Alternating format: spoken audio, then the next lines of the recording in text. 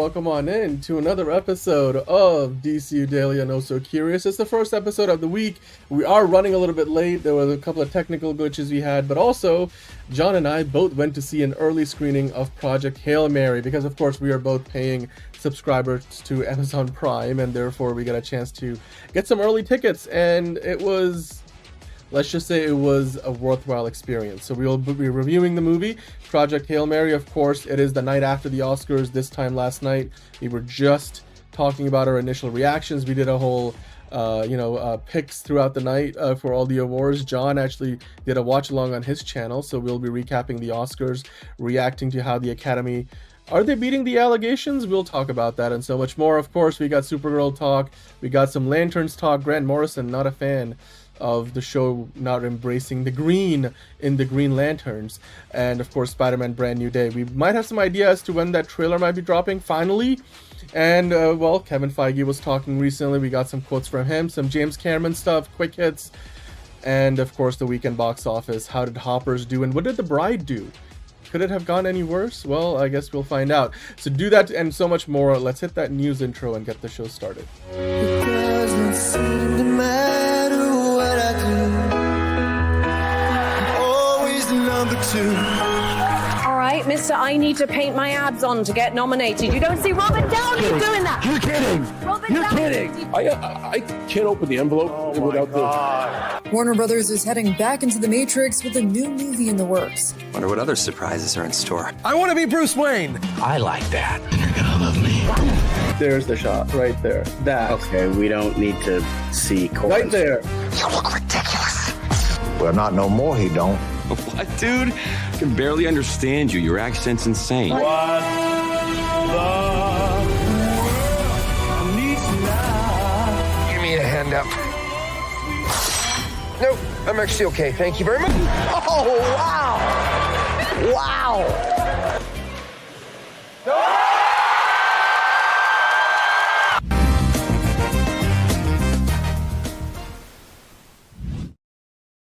All right, okay. It's time for a show. It's time for a Monday episode of DCU Daily on Oh So Curious.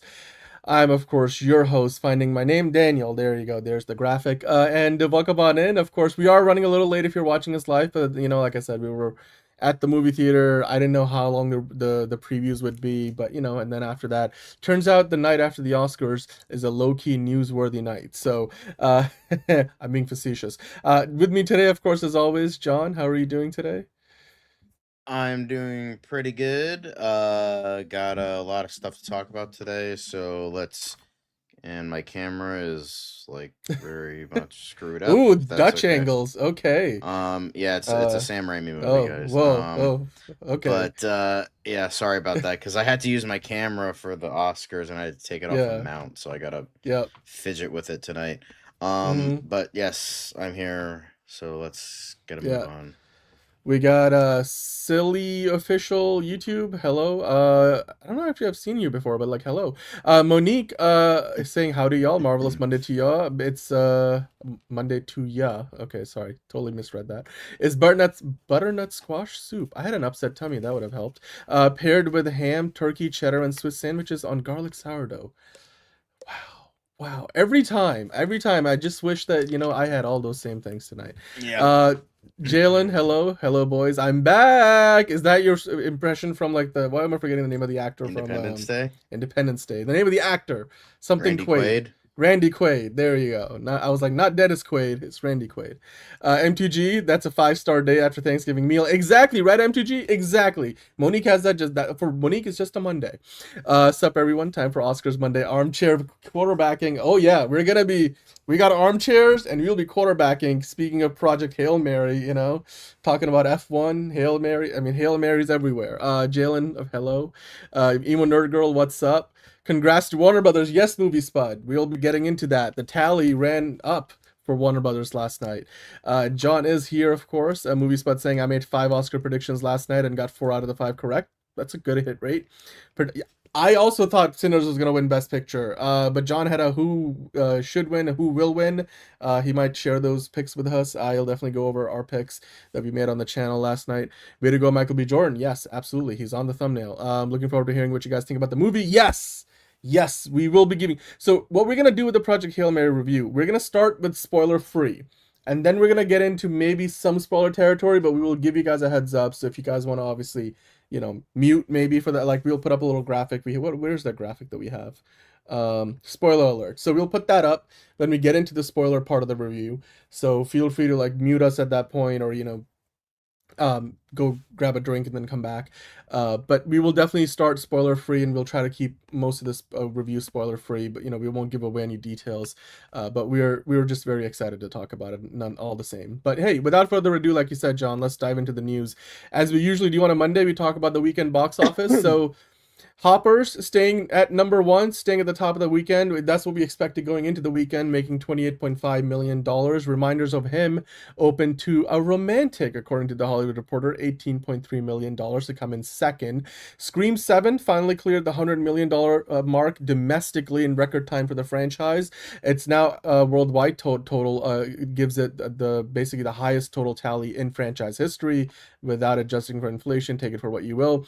Of course, Hamnet also crossed the century mark at the global box office, of course, off the award-winning night that it had last night at the Oscars. I saw that The Bride really, had a huge drop. I think it was like 70% drop at the box office for The Bride.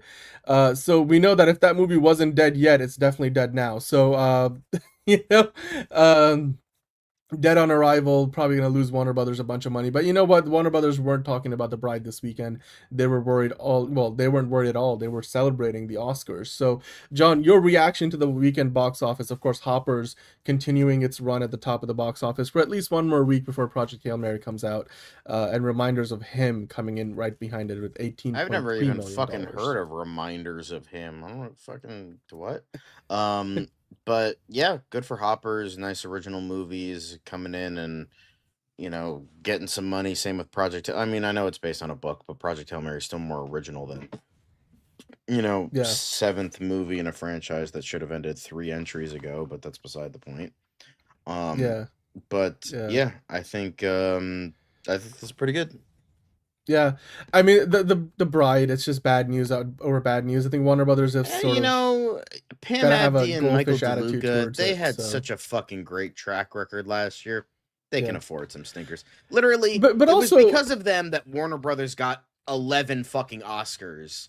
At the Academy Awards. So, like, frankly, they can afford a stinker. Like everyone. I mean, not to mention, like, it wasn't all roses and sunshine, because Mickey 17 didn't do very well. Like, they didn't have a great start to the year. So, I mean, this time last year we were singing a similar tune with regards to, except we didn't have the what happened the rest of the year, behind us. So, I think considering how their year started last year and then where it ended, coming off of going from Joker Folie à Deux to Mickey 17 to then having a record-breaking streak of wins, I think, we, like you said, we can give them some slack, cut them some slack until I'm sure things will pick up, because they've got a strong slate of movies. We'll talk about that later in the show as well.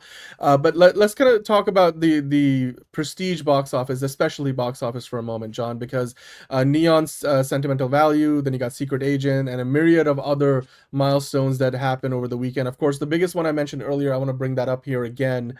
Hamnet crossing $100 million at the worldwide box office.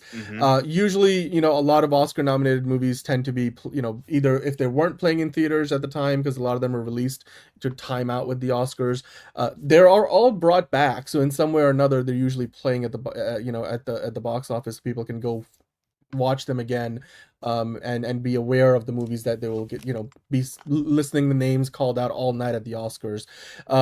Where do you sit with this? Do you think Hamnet, like, making over 100 million? I mean, I feel like for a movie that didn't really have all the headlines going to it across the award season, that's a pretty impressive number, no? Yeah, I know. I think that's really good. Good for them. 100%. Yeah. Hello, Ron, by the way. I mean, Mickey 17 was a disappointment box office wise. I still really like the movie, but that's just me. Yeah, same. I think a lot of us felt the same way. But you know what? That was the box office report. You guys let us know what you thought about it. Hoppers still at the top of the box office. The Bride falling hard after not doing very well at all in this opening weekend. And of course, you got reminders of him, which if you went and saw that, let us know in the comments down below. Of course, Project Hail Mary comes in and blasts the doors open and will, I'm sure work its way into our hearts as it did for me and John tonight, if you guys go see it this weekend. So let us know in the comments what you thought about the box office.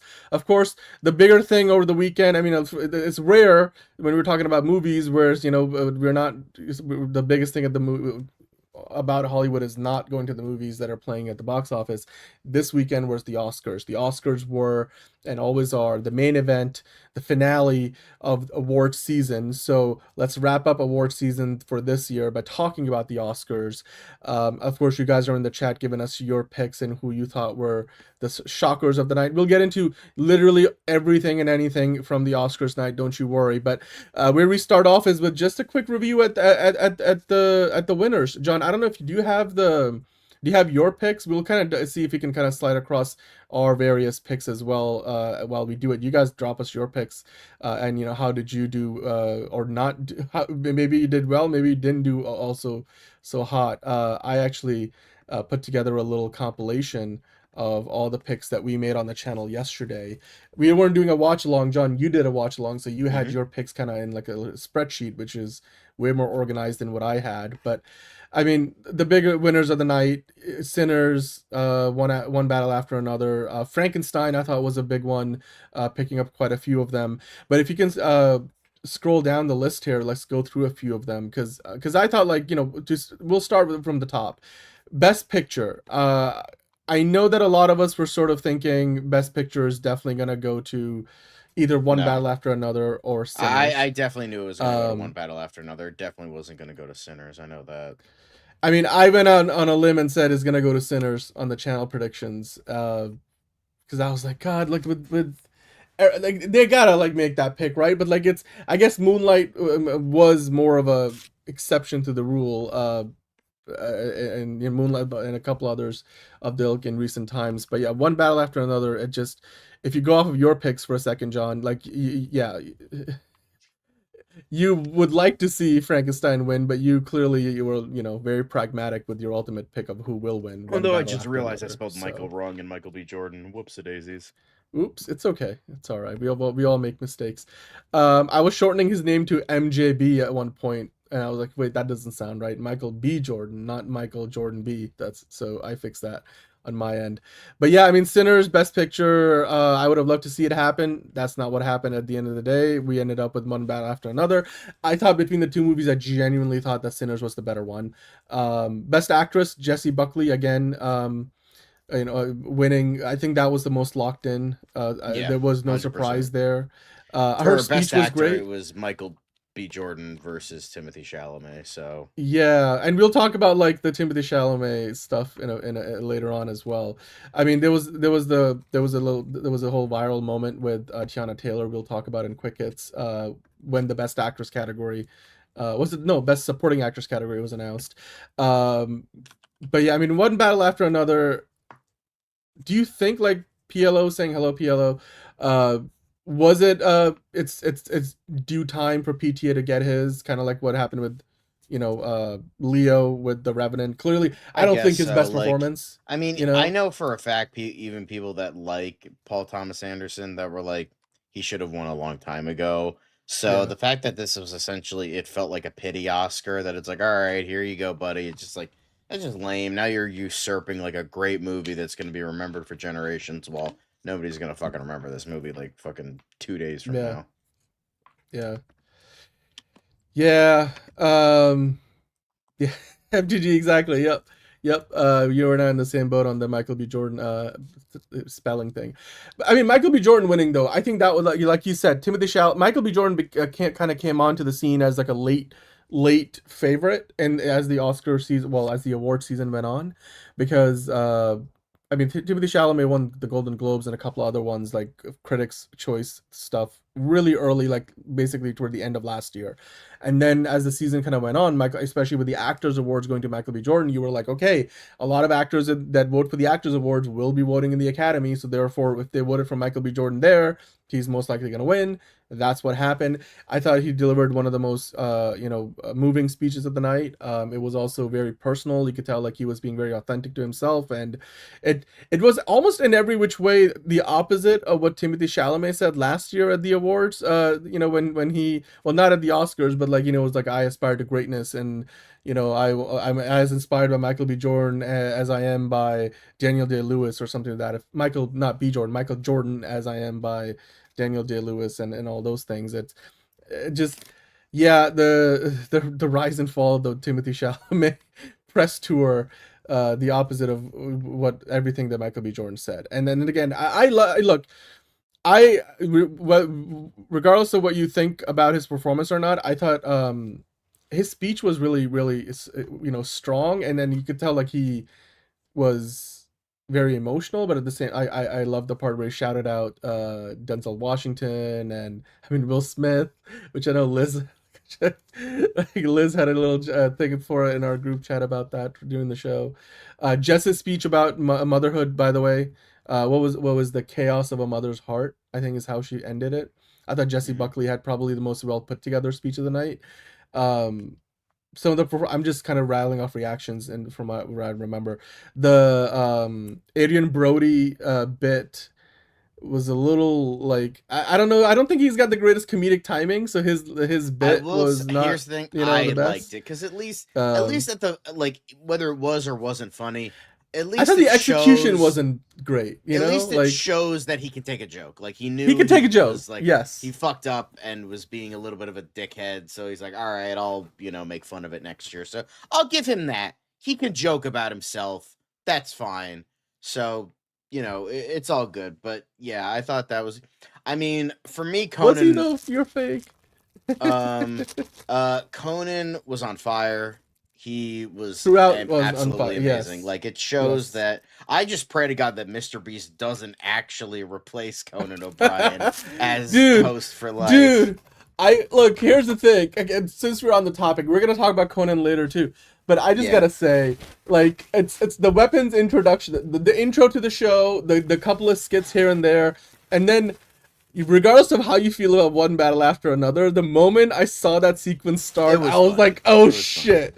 It's this comedic genius. I'm like, this is why, this is why Conan hosts. And also, I'm sure this was a coincidence by circumstances, but I feel like, look, regardless of what you think about Jimmy Kimmel, regardless of what you think about Jimmy Kimmel as an Oscars host, I thought that he did a pretty good job in with that gig over the years when he did do it. He's better in small doses. Like, I still don't like Jimmy Kimmel. Yeah, but like him presenting an award, that's fine. Him for a long stretch, no, don't do that ever again. But I guess the point I was trying to make is Jimmy Kimmel. I think I personally enjoyed his work as the host the years that he did do it, for the most part. And then Billy Crystal is, I think, the eternally, who was the one who did, like, back in this is well before our time. I forget the name of there was the one host who did, like, probably the most Oscar host gigs. But since then, I think, was it Johnny Carson? Who am I thinking of? Somebody will let us know. This is, but like I'm trying to think. Was it Bob Hope? That's Bob Hope is the most. He's Bob Hope is the most. He's 19, right? Bob Hope, literally. That's what yes, Bob Hope, exactly. By the way, it is extremely windy outside. Yeah, for me it was really windy before, but then the rain finally stopped. Oh my god, it was pouring when we went to the movie. I can hear it, and it's okay. Anyway, but here's the thing. Here's what I was trying to get at with the Conan situation. I think I don't think that this was a coincidence. I don't think it was completely planned this way, but it was really good to see that I think the three best modern day hosts of the Oscars ended up, like, in my opinion, again, including Jimmy Kimmel in that conversation, the great Billy Crystal, and then of course having Conan there, because it had those opportunities of, like, Jimmy Kimmel made the joke of, like, oh, something happened to Conan, I forget what he said, so I'm going to be hosting the show the rest of the night. So, but the Conan skits were great. The skit to end it was perfect. Was fantastic. The weapons one was so fantastic. I was laughing my ass off when they fucking did the K-pop Demon Hunter. So yes, that was fucking hilarious. That was so good. Oh my god. I was like, how are they gonna top last year? And last year, if you're like not a body horror fan, you might have looked away a few times. But this year was amazing. I loved it, every bit of it. Steve Martin, yeah, the shout out to Steve Martin toward the end, but also Steve Martin as a host, yeah. Actually, no, Martin Short. Conan did a little shout out to Martin Short, who recently lost his daughter, and I mean, the absolute tragic of circumstances. That was really heartfelt, well, just heartwarming, to say the least. But let's kind of keep going. I'm sure we're gonna go back to the list of winners. Yep. I know if you guys saw the show, of course, a lot of the obvious picks won. I don't know what were the big surprises for you? Like, who was a big surprise in any of the me? The biggest quote unquote upset and surprise was casting. I thought Sinners was a fucking lot. You can even hang on. I'm gonna like, for me, you can see casting. I thought it was gonna be Sinners. I thought too. I agree with you, man. I thought it was gonna win because it just won the SAG for cast ensemble. So I'm like, oh, that's a lock in. Nope, it was a fucking one battle after another. I mean, look, I made the same pick. A lot of people I thought that was a big upset because I don't know. I guess they played the safe pick there because I just thought it was going to be Sinners. Like you said, the Actors Awards. It was. I think a lot of people thought it would be Sinners, and it was. And for me, I thought the casting for Sinners was better, but that's just me. So. I think at that point, Liz was like, Sinners is not winning much at all. So, like, I'm probably not, I don't know if I'm ever gonna watch this movie. Probably not nowadays. But like, can we all just appreciate that this is the longest streak in animated feature history where Disney has not won Best Animated Feature? I actually looked it up too. I looked up because I'm like, what's the longest streak that Disney has not won? And it was 2 years. So we're double that now. So I'm like 4 years. It's been 4 years now. It's been 4 years because it was K-pop, Blow, Boy and the Heron, and Pinocchio. Hey, Stacy. Hey, Stacy's mom watch your Oscar coverage. I guess you could say Stacy's mom has got it going on. Well, you know what? The post pandemic era of Disney animation has had its ups and downs. The YouTube ad skit was hilarious. Liz wants us to use that clip in our show somehow.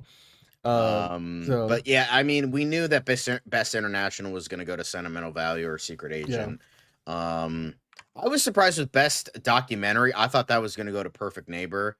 Because I heard a lot of like buzz about that, so I was like, okay, that's probably gonna win. And then original screenplay, I'm glad that Ryan Coogler won that one. That was a lock. That was definitely Best original song. I'm sorry, like for me, like I Lied to You was just so much fucking better. I agree. Like it's like not even. I'm sorry, it's not even close. Like for me, I Lied to You is this like has even ignoring like the great scene that goes along with it. If we're just talking about the song. It's just such a layered song, a lot of depth. It has a lot of like culture into it, and Golden is kind of just a generic pop song. Like there's a lot of people that say, "Oh, it's not even the best song from the movie." So yeah, I mean, for me, I'm just glad Diane Warren didn't win. Let's just be happy about that. Fuck Diane Warren and her shitty ass pop songs. I'm trying to see like what did I predict for that. I think original score definitely went to the Ludwig finally got his third Oscar. That was great to see. That man is on track. Like I know he already has great stuff under his belt, but he's on. I said this before on the Friday. I was like, he's on track to be one of the greats. Like he's on track to be like top 5 of all time, and he has a third Oscar to fucking prove that. So dude, I think I started calling him the young OG. Like he's got to be like right now, if you want to hire, like there's tiers of composers, and in terms of the great composers working today, I mean John Williams is kind of retired, partially retired, but I still think like you look at that list of top 5, you got working right now John Williams, Hans Zimmer. Crime that F1 did not get nominated in original score. Absolute fucking crime. And then Then you have, of course, Michael Giacchino, you got Danny Elfman, and you got to put Ludwig Göransson in that list, I think. Like, top 5 right now. You want the best of the best, you go to one of those people, one of those guys. I mean, there's just not, it's just, he's in a category, he's now in a very exclusive club. There's not many in that club who have won more than 2 Oscars for original score. So I think Ludwig Göransson, and the fact that he's still got, way, like, he's really young, like, compared to most other people who have had the kind of success he's had, and he's just got an original sound. Him and Michael Giacchino I feel like him and Michael Giacchino could be the Hans Zimmer and like John Williams. I mean, that's it's a high praise, but I'm saying like that kind of, especially in terms of the differences in terms of how this score, whereas John Williams is much more that traditional orchestral sound, Hans Zimmer is much more industrial or experimenting, more electronics sound. He's much more open to that. Not that he doesn't do orchestral in the traditional sense. I think like Ludwig Göransson is kind of like that Hans Zimmer of the today, and then Michael Giacchino a little more of that John Williams. But it's, especially when you look at some of their more iconic works, like whether it's the Fantastic Four, the Batman, you get like that more orchestral sound from Michael Giacchino, whereas with like Ludwig Göransson, he's much more eclectic with his choice of instruments, kind of like what Hans Zimmer has been over the years. So yeah, I though that's always fascinating to me. It's just too bad we didn't have a James Bond song for them to work with this year, but I'm sure that will happen in the next couple of years.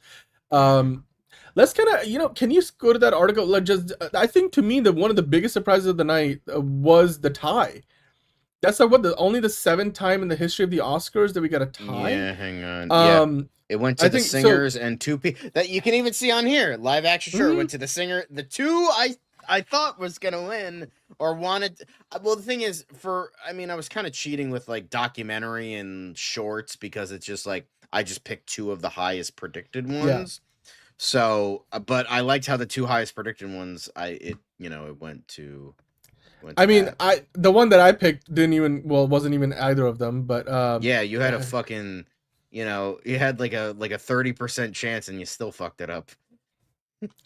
But like, how like it's like and the same weekend as March Madness, all the brackets come out. I'm like, you busted pretty much with if anybody had a pool of Oscar picks, I don't think anybody would have picked like A category and B for that category to be the one where there'd be a tie. But that's wild. I mean, that to me was a big one. If you go to the next article for a second, I just wanted to kind of quickly talk about, let's kind of shift to talking about the movies maybe that got shut out completely, because there weren't that many that got shut out, like that you would think like, oh my God, they're left empty-handed. But the big narrative between, I think, most people, and then you, me, and Liz were talking throughout the night, Marty Supreme got nada. Nothing. Yeah. Hi, Johnny. I will say that it is a bit of a shame. I think it maybe should have gotten a little something, but like, because it is like, say we will about Josh Safdie, he's a piece of shit. Timothy Chalamet is an annoying prick. I got it, but like, Marty Supreme's in a legitimately great movie. Like, don't let like, okay, a guy being a piece of shit, a guy says something stupid as a joke, and it's just like, oh yeah, that's it. It's like, all right, especially when there's literal fucking, pedophiles in this goddamn industry. It's like, all right, a guy who says something stupid deserves to have, like, everything go against him. I'm like, all right, come on now. But, I think, yeah, I know I know in terms of total snubs, in terms of nomination snubs, I know a lot of people were pissed that No Other Choice didn't get nominated. Yeah. So that was a big one. To me, in an international feature film, I thought the voice of Hind Rajab had some chance. That was my pick for international feature film. There was really no momentum in its favor because Sentimental Value and The Secret Agent had a lot more going for them momentum-wise. Like, they had won awards leading up to it. I just thought the voice of Hind Rajab got, like, not enough attention from Tunisia throughout the award season. But yeah, I mean, by the way, shout out to Kumail Nanjiani for handling that tie category, the best documentary short. I love how he was like, there's a tie. I'm not We're joking. Gonna get through this. It's in the envelope. We're gonna get through this, everybody. It's all right. Yeah, I'm gonna give the award. Apparently, I'm like one of the few in my friend group that actually likes Kumail Nanjiani, because I'm like, I was like laughing at that. I'm like, this is funny, this is cute. And my like 2 or 3 of my other friends were like, this guy's never been funny. I'm like, all right, motherfucker. Like, you think Scary Movie's funny? Get the fuck out of here. Right. I mean, look, I'm partial because he's Pakistani. I'm Pakistani, so I'll always cheer for Kumail Nanjiani. But I always, I mean, yeah, okay, but, Eternals wasn't very good, but like I will admit that was why he has the body of a Marvel superhero, but he has the voice of a Marvel collector. That was hilarious. He was like, "It's funny because it's true." I was like, "Yeah." He takes the jokes well, but yeah. But I think I do think that it was good skit. I like Kumail Nanjiani. He was. I mean, I don't know if he's a good choice probably for the best part Booster of that. Gold, and we'll get to that when we get to DCU Daily. But I will say, I think he's a mighty fine actor. Like I think he's good comedy wise. He needs to do more of that main, because I think outside of Eternals, a lot of what he's done is like really like, you know, the what was it, the Big Sick, was it the one he was in with his wife, his real life wife, and I mean he's done some great work, but I feel like he hasn't really broken through. Like he probably thought that Eternals would have been it, but like at that mainstream Hollywood level, but. Yeah. I mean, Marty Supreme, kind of unfortunate. I don't think the Timothée Chalamet flubs recently helped, but again, it's some years, it just happens to be that there's two really good picks, and then one has to win, and you know, who knows how close to ties we get in some categories. We had one this year, which is rare, but. I think like you said, Marty Supreme deserved better, but like also like The Smashing Machine didn't get anything. Didn't even get nominated. Like, you know, so there's plenty of movies you can talk about who didn't even get to the point where they were in one of the nominees. And there's always going to be 4 losers in any of these categories outside of Best Picture, where now you have 9 losers. So it's just the way things go sometimes. And Marty Supreme, like The Irishman, got shut out a few years ago. Completely got shut out. Netflix had a much better night last night. Speaking of which, actually, John, let's kind of go through how did all the studios do on the night, because we have a list there, I think from Deadline, the film and studio scorecard, as it were. Of course, I mean, this graphic here, because you zoom into it, I mean, oh God, you know what? I do wish now that Netflix ended up keeping the Warner Brothers deal. And you know what's not on this list, guys? You know who's not up here? Paramount. So, well, if you zoom into this, let's kind of read through it a little bit, because I think it's interesting to see. Yeah, can you zoom in a little bit? The thing is, like 8 of those, or no, sorry, not 8 of those. Well, 11 Oscars for Warner Brothers. 11 because it was Weapons, which was new. So Weapons, then you had Sinners and One Battle After Another. Yeah, so Weapons got 1, Sinners got 4, and One Battle After Another got 6. That adds up to the 11 that, you know, Warner Brothers picked up. Netflix got 7. I mean, probably most of those came from Frankenstein. 3 came from Frankenstein. Were there some documentaries? K-Pop Demon Hunters. K-Pop Demon Hunters, that's 2 of them. Netflix. Yep. I don't know what the other 2 are. Yeah. Apple Canal Plus in New York. For F1. Yeah, F1 has deserving. more Oscars than Marty Supreme. That's crazy. That's crazy. I think deserving, though. I thought F1 should have won editing. editing. Disney win for? That's a good question. Disney at 5th. Yeah, I know Disney had a rough year of it. It's not. I mean, they're all tied for 3rd. That's really right. What it is. Yeah, I mean, Focus Features was, what was that? Focus Features distributed one of the ones. Was it Sentimental Value? Was it? No, Neon did Sentimental Value. National Film Board of Canada must have. Maybe. Hamnet sounds right. High Figure Drawing. Yeah, that's probably okay. That probably makes sense. Pink, I don't know what that, but anyway, like the top 2 are the ones that are worth talking about. What movie from Paramount could win this upcoming year? No idea. Probably not any as of now. But as far as the wins by the movies, of course, look, Sinners went in with the single most nominees ever. That was probably a documentary, if I were to take a guess, like documentary or short film or something like that. Yeah, most likely. Actually, you know what? You might be right. I think I remember one of the acceptance speeches they were. Oh, it's pouring again. From you, it's windy. From me, it's pouring. So if I get shut out, then you know. It was raining earlier. Now it's windy. I mean, DC movies have won in the past. I mean, you know, dude, Dark Knight, Suicide Superman, Squad isn't it? Suicide Squad is an Oscar winning. Joker, Suicide Squad for the award winning Will Smith's bald head, not yet. Clown makeup. okay, sure. We haven't done the Project Hail Mary review yet, by the way. Actually, can you go back to the wins by film? Because just quickly to review, Sinners had the single most nominees any movie has ever had, 16 of them. Won a quarter of them. Won a quarter of them. Kind of similar to like what happened with Wicked. Wicked won even less than a smaller percentage of theirs a few years ago. One Battle After Another had a higher hit rate. They had 13 nominations. They won 6 of them, so that's roughly 50%. Frankenstein took away 3, which I think was deserving, and then K-pop Demon Hunters 2. So outside of those 4 movies, I mean, I feel like they distributed the awards around quite well. But again, when you add those up, that's 10 plus 5, that's 15 out of the 24. So 15 out of the 24 awards in the night went to 4 movies. I mean, the other ones largely were like, F1, for example, Sentimental Value, and then there was the documentary categories and stuff where these movies don't really qualify. So I guess a lot of what we were expecting, not really anything too unexpected going on there. But as far as Warner Brothers goes, we talked about they won 11 on the night, John. I believe that gives them a tie. They've tied now the record for the most wins by a studio in a given year at the Oscars, which I think we have a graphic for that. The 11, but there's a nuance to that though, because Warner Brothers had actually already owned that record. They own that record of 11 wins in a single year by a studio, alongside Titanic, which would be Paramount and 20th Century Fox from back in the day. So now it would be 20th Century Studios from 1997, I believe. And then 1959's Ben-Hur won 11 for MGM back in those times. So Warner Brothers, of course, co-owned that record with The Lord of the Rings, The Return of the King, with 11 wins, which also currently, I think that still holds the record for like the highest hit rate. They had like 13 nominees. I think that was 13 or 11. I think they actually, no, they had 11 nominees. They won all 11 of them. Never been done before, never been done since.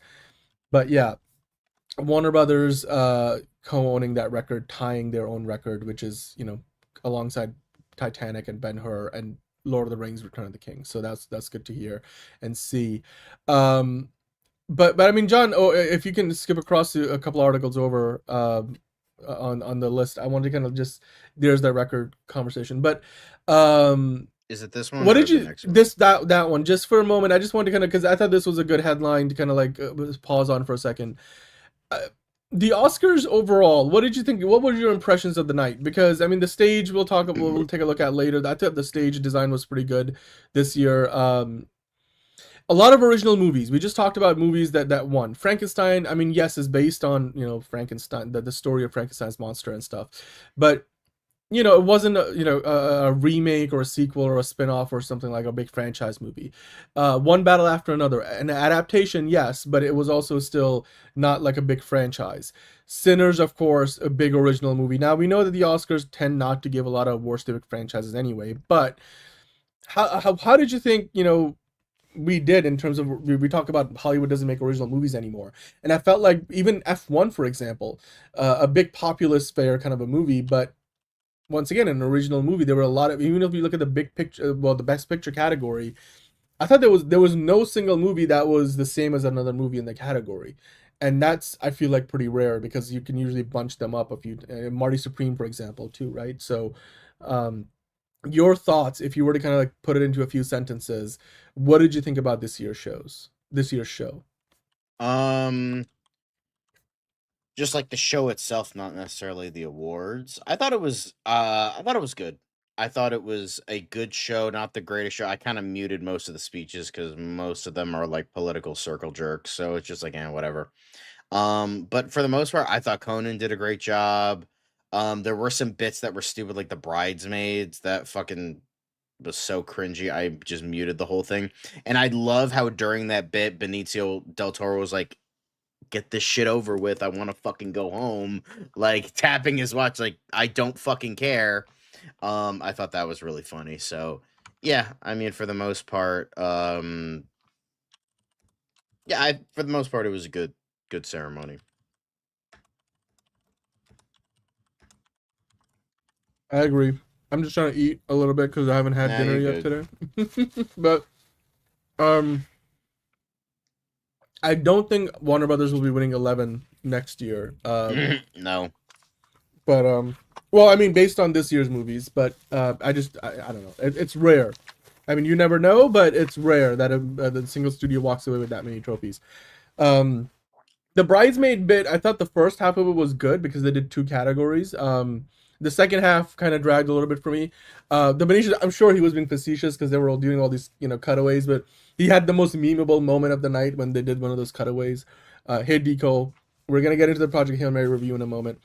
All right. Supergirl not winning Best Picture. Then, if Superman can't even get fucking nominated, then Supergirl ain't getting shit. I'm sorry, man. I hate to burst your bubble on that, but I'm sure you're being a little bit facetious at least. Hello, Nelson. How are you doing today?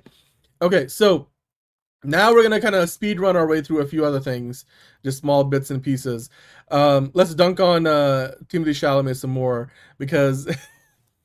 John, do you really think his Oscars campaign bombed so hard that it cost him the award? Because he's been on the trail for months now. Like he had like other actors, wearing special merch. He's obviously had a win at the Golden Globes, so he had a big speech there. That whole Matthew McConaughey thing that, completely, I feel like that probably really, turned things upside down for him with the ballets and opera. He got like 3 jabs at him. The fucking ballet opera statement did anything. Yeah. I'm pretty sure that was just a whatever kind of thing. It was. I think I don't even know if the ballots were even open at that. I wasn't sure. They were in their final they were, week. But then a friend of mine said they weren't. So I don't know. I don't remember. But I don't think him mentioning that ballet sucks to him really killed his chances. I think the thing that killed him was the fact that Michael B. Jordan won most of the awards, because Timothée Chalamet won critics and Golden Globes. Well, I'm pretty sure Michael B. Jordan won everything else. So I think, and it was the SAG. Michael B. Jordan winning the SAG really propelled it. Okay, he's probably going to win the Oscar now. Yeah. So I don't actually. I will say he looks good here. Nice white suit. He looks like a white Neo. Everyone. I remember somebody was like, "This is like if Timothée Chalamet starred in The Matrix, and if it was meant for cis people." And I'm like, "All right, Jesus Christ." The Odyssey is gonna dominate next year. Odyssey, Dune Part 3, those will be the big ones next year at the Oscars. I mean, speaking of Dune Part 3, we will be getting into that. Yep. I mean, there were 2 of them. There were 2 of them in the movie, and Michael B. Jordan, that is. But I will say the one thing that this article did a good job of pointing out, I think maybe we're getting a little bit of, there's overexposure here going on. I think Timothée Chalamet needs to get away from the spotlight. He's gonna be promoting Dune Part 3 later this year, or when before the movie comes out and stuff. But just get out of the spotlight for a little bit. I don't need to see you in every other podcast and every other YouTube thing and doing these conversation bits and having I think him being a little overexposed. You don't want Hollywood and just the sentiment to sour on you.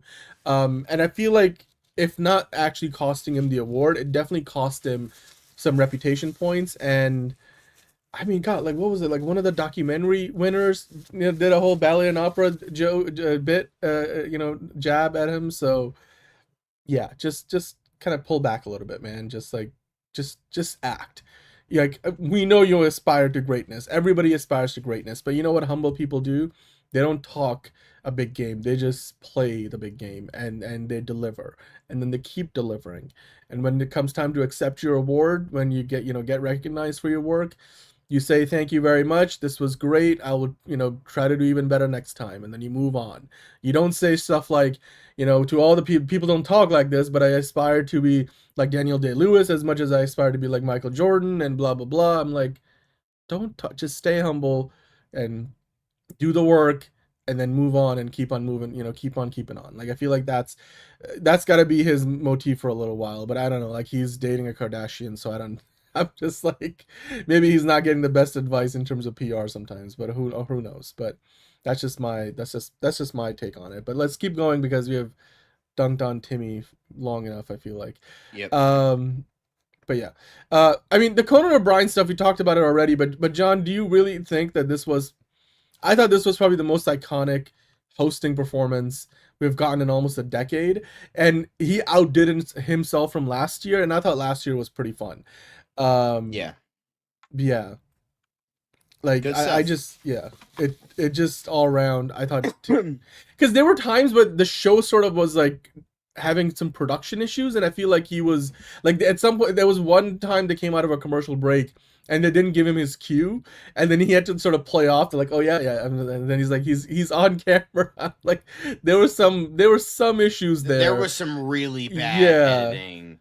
Yeah, like the K-pop Demon Hunters, we're probably gonna get to that soon. Yes, we will. Yeah. A couple people getting cut off, and like a weird shot, like when there was a speech happening, and then they just cut to Conan because they were trying to play them off, and Conan is like, are you gonna like hold this shot? Because usually you'd be like, oh no, cut back. I guess we're cutting back, and it's like maybe the producer was putting their foot down, and the director was like, like Conan's not talking. Like, what do I do? It's like, clearly they were not on the same page. So. But anyway, let's keep going.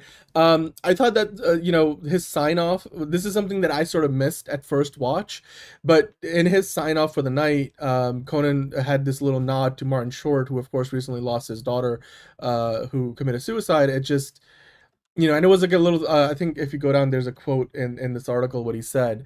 I thought that was, again, just, a nice touch. Again, Conan just being, the good person that he is. He said, "It's been an honor and a joy. We love you, Marty Short. Good night."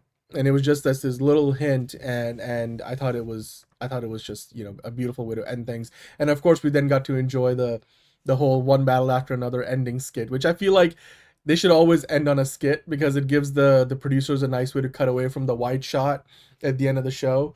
But what did you think about this? Like the way Conan, ended the night? Oh, I thought that was very nice of him. He didn't have to do that, but he did it. And, it's just like, even if it was just one line, like when you're going through that, like anything helps. Anything helps, especially with how friendly they are and whatnot. So yeah, I think that was nice. I think that was very nice.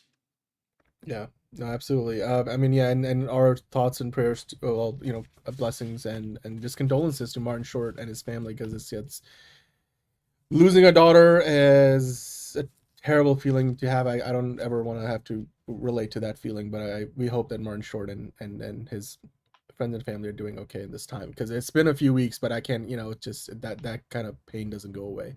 But yeah, let's keep on going here, because speaking of people passing away, the In Memoriam segment this year, we were talking about it last week. I was bawling.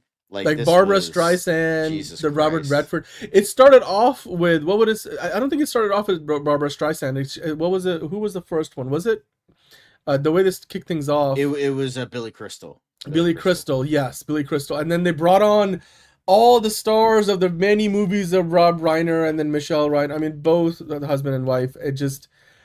I thought this was the most tasteful, well done In Memoriam segment, which again wasn't perfect. We'll talk about who they did not mention, but I mean, I kind of took at that part of it, like who they didn't mention, as it was already a very long segment, and they always say like you can find a more extensive version of it online, but to start with Billy Crystal, the Rob Reiner tribute, and then to kind of weave your way through. I think there was what am I forgetting the name of? There was a couple other actors who came on stage and talked through other parts. I think they had a Diane Keaton and Diane Ladd and a few other of the actresses that passed away over the past year highlight. Where am I forgetting? She was one of the nominated actors, best actresses. She kind of talked us through it. Rose Byrne, I think, did that little middle part. And then of course, the Barbara Streisand. I mean, we talked about it last week. They were, working till the 11th hour to make sure this all got figured out. But, she talked about how Robert Redford always used to call her Barbs. And the last time they texted to each other, like she's finally kind of just embraced the nickname and signed off with that. And the Way We Were performance. The Robert Redford part was very touching. The Rob Reiner part, every part of this. I mean, I had call outs to like Don Zimmerman, one of the great editors that all Hollywood has ever had. And so not just actors, but directors, but also like other people that make the movies what they are. But they didn't get everybody. I still think it was one of the best in memoriam segments we have seen in a long time. But I mean, John, there were a few names that didn't get called out. James Van Der Beek, Eric Dane, Bridget Bardot, Malcolm Jamal Warner, and a few and others. Were you surprised that those weren't included? It's kind of hard. Julian McMahon was another Julian McMahon, one. yeah. But yeah, it's hard I to mean, include everybody. I mean, suppose. like, at least with like these guys, they're like smaller names. They're more TV names, so I'm like not as mad. It still sucks, but one, it's not like you're missing like someone huge, Right. like like Tony Todd, like who's like a legend, and they fucking totally ignore him. But then on top of the fact, there is the website where it shows everybody because there's only so many people they can put into it. So it's like, all right, okay. But yeah, for the most part, the in memoriam was still very good. So sorry, Agreed. my chair is very squeaky today. Oh jeez. Yep. Oh, it's so squeaky. Yeah, Caleb, it was well done, despite the fact that they didn't get to name everybody. I think it was. Still I didn't even know Caleb had emotions. That's crazy. All right, damn it, even got Caleb. Holy shit! That's like I like honestly, I can't recall an in memoriam segment that was as like. Usually, if I remember these correctly, they have somebody come on and do a performance of a song, and then you have a video package with images and videos sort of play out. For them to do 3 sets of tributes and then mix in the video packages and the music and stuff. Thank you, Dasha Shruti. We'll get to that later, but it was just very well put together. I think it was much more comprehensive than what we were used to, and that in and of itself, I think while a low bar to clear, I think it spoke a lot to. We talked about the producers had mentioned that they had some, they wanted to make sure they did justice to. I mean, we lost so many big names last year, John. It's just like you said, it just seems to be that time now. There's so many. Yeah, it's just I shudder to think who will be in the segment next year, but yeah. They did a great job. I think the Oscars producers rose to the occasion. The entire production team this year, despite the fact that they couldn't include everyone, they did as good of a job as anybody could have asked for, expected for. So the in memoriam segment, I think, was a highlight of the show, even for a part of the show that never leaves eyes dry, not a single eye. I'm sure in the venue as well, a lot of us watching. My mom watches the Oscars partly just for the in memoriam segment at times, they did a great job. But going from the in memoriam segment to one of the, like you said, the production issues or controversies of the night, which is always every year we talk about who's gonna go too long, how they're gonna cut him off. They played off a few people for sure, but none more awkward than the Golden songwriting team, especially because not only did they play them off, I mean, was it them where they cut to Conan's single shot and he was like, no, they're still going here. But I think it was either that or that was another one. And then in this instance, like they had, I think the EJ had gave her acceptance speech, and then one of the other artists were gonna talk through their thank yous and stuff, and I think even do it in Korean. I mean, they were yanking mics away, and then in this instance with Golden, they just cross dissolved to a wide shot while they were awkwardly standing there and being like, "Are we not gonna get to finish this?" And then the voiceover, the host, they're talking through we'll be right back from the commercials. It was almost like, I don't know what was worse, that or when they turned the lights off when the Parasite crew was giving their speech for Best Picture, and it's like, bro. Like, maybe it's like, okay, so, like, the Academy not only hates black people, but they really hate Asian people, too. Specifically Koreans. That's interesting, Yeah. It just felt wrong. I mean, but it's also, like, this is the thing where it's always gonna be problematic because the show ended a good 20 minutes or 25 minutes, like 10:34 Eastern time, 10:35, and well, the scheduled ending for me was the like 10:32, and it ended like 3 or 4 minutes after that. So it was like, so they made good time, but I'm like, it was like after that they were just playing this Bachelor's thing on the Bachelorette I'm like, or something, whatever, the Bachelorette thing. It just, I'm like, just give them an extra 25 minutes. Let these people get their speeches, especially because like the big 6 awards, they'll always let the best actor, the best actress, or the best supporting actor, it actress, just goes to show best this director, is just best a case picture. of the Academy not caring about 1, animation, 2, international people, and 3, the non big like 6 awards, which is like best picture, best directing, and all the acting awards. So it's just like, it's like at that point, just fucking make the Academy Awards just 6 if you don't give a fuck about everybody else who makes these movies possible. Like you wouldn't have a movie if there was no sound. You wouldn't have a movie if there was no editing. You wouldn't have a fucking movie if there was no score. Like, hello? Like, what are we doing here?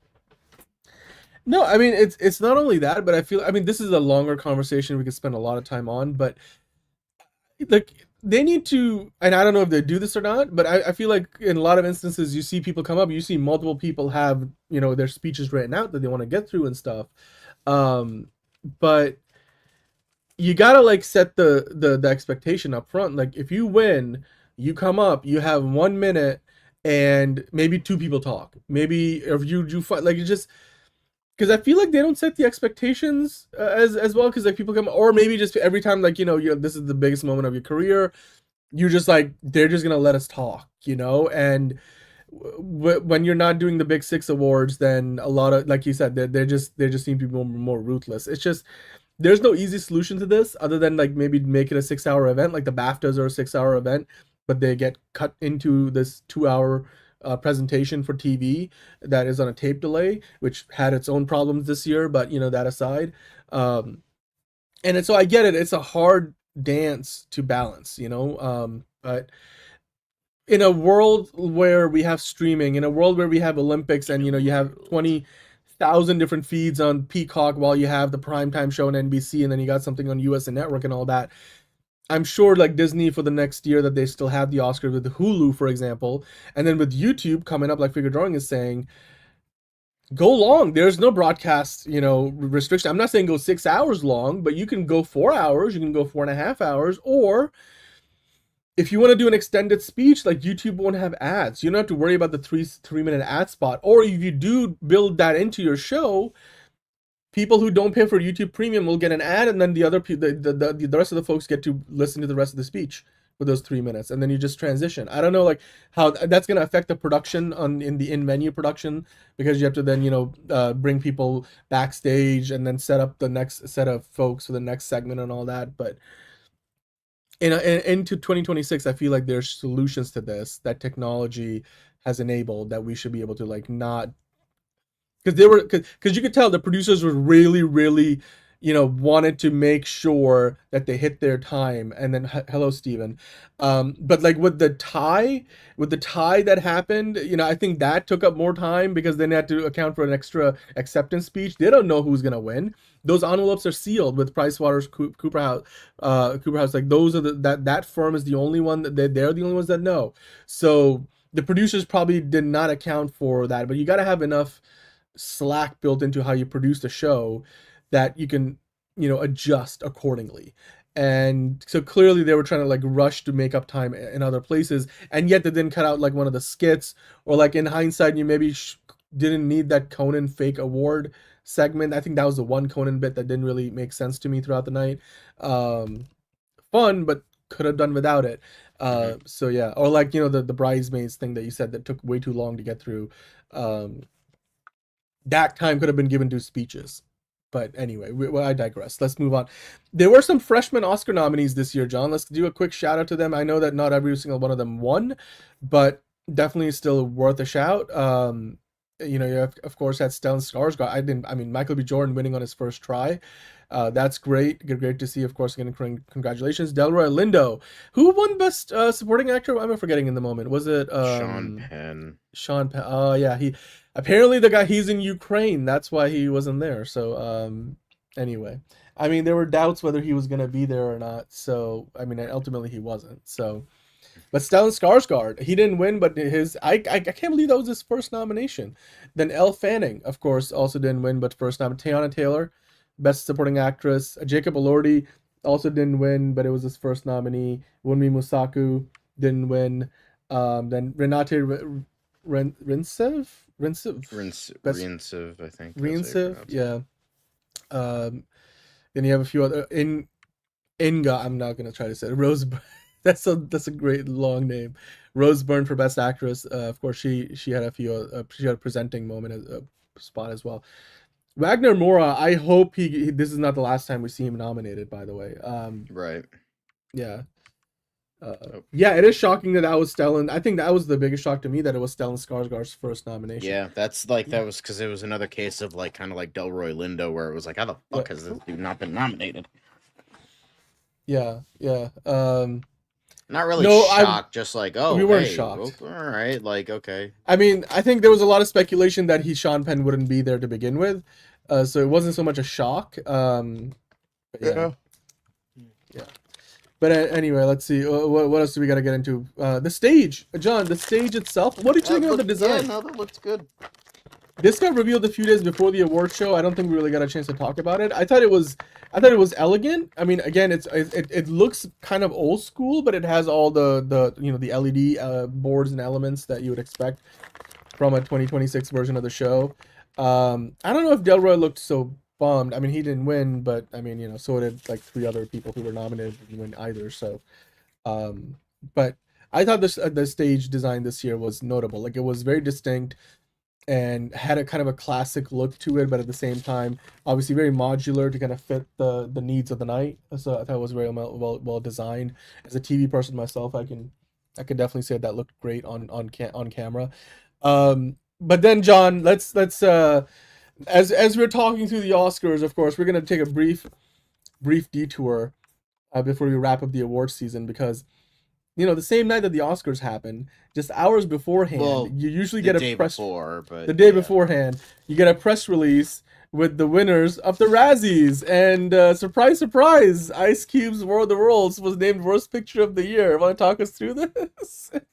But yeah, there was a near sweep for War of the Worlds, which, I mean, it's not a good movie, but goddamn is it fun. It won 5 of the 6 categories in which it was nominated: Worst Actor, Worst Prequel, Remake, Ripoff, or Sequel, Worst Director, Worst Screenplay, and then, of course, Worst Picture. So,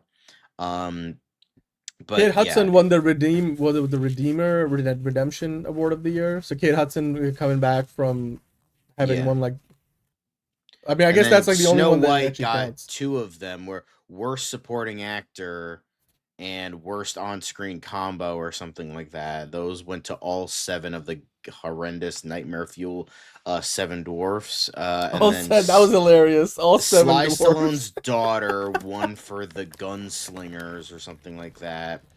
Then I think, Rebel Wilson won for Bride Hard, which is, that makes sense. I don't think you need to say anything more there.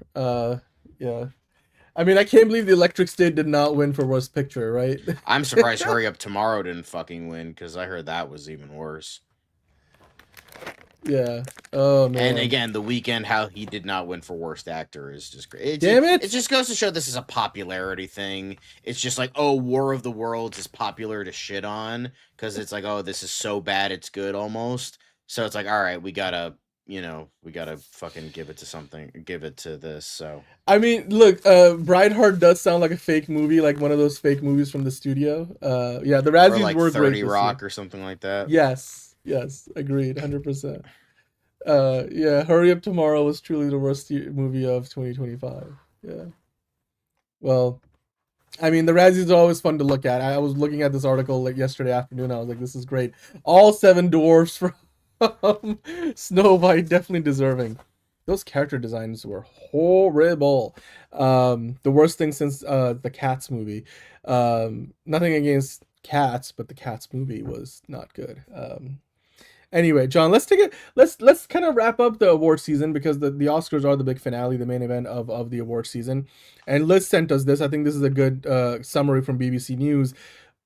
Just a summary, by the numbers, like a nice wrap up on the award season. Again, these are the big 5 awards.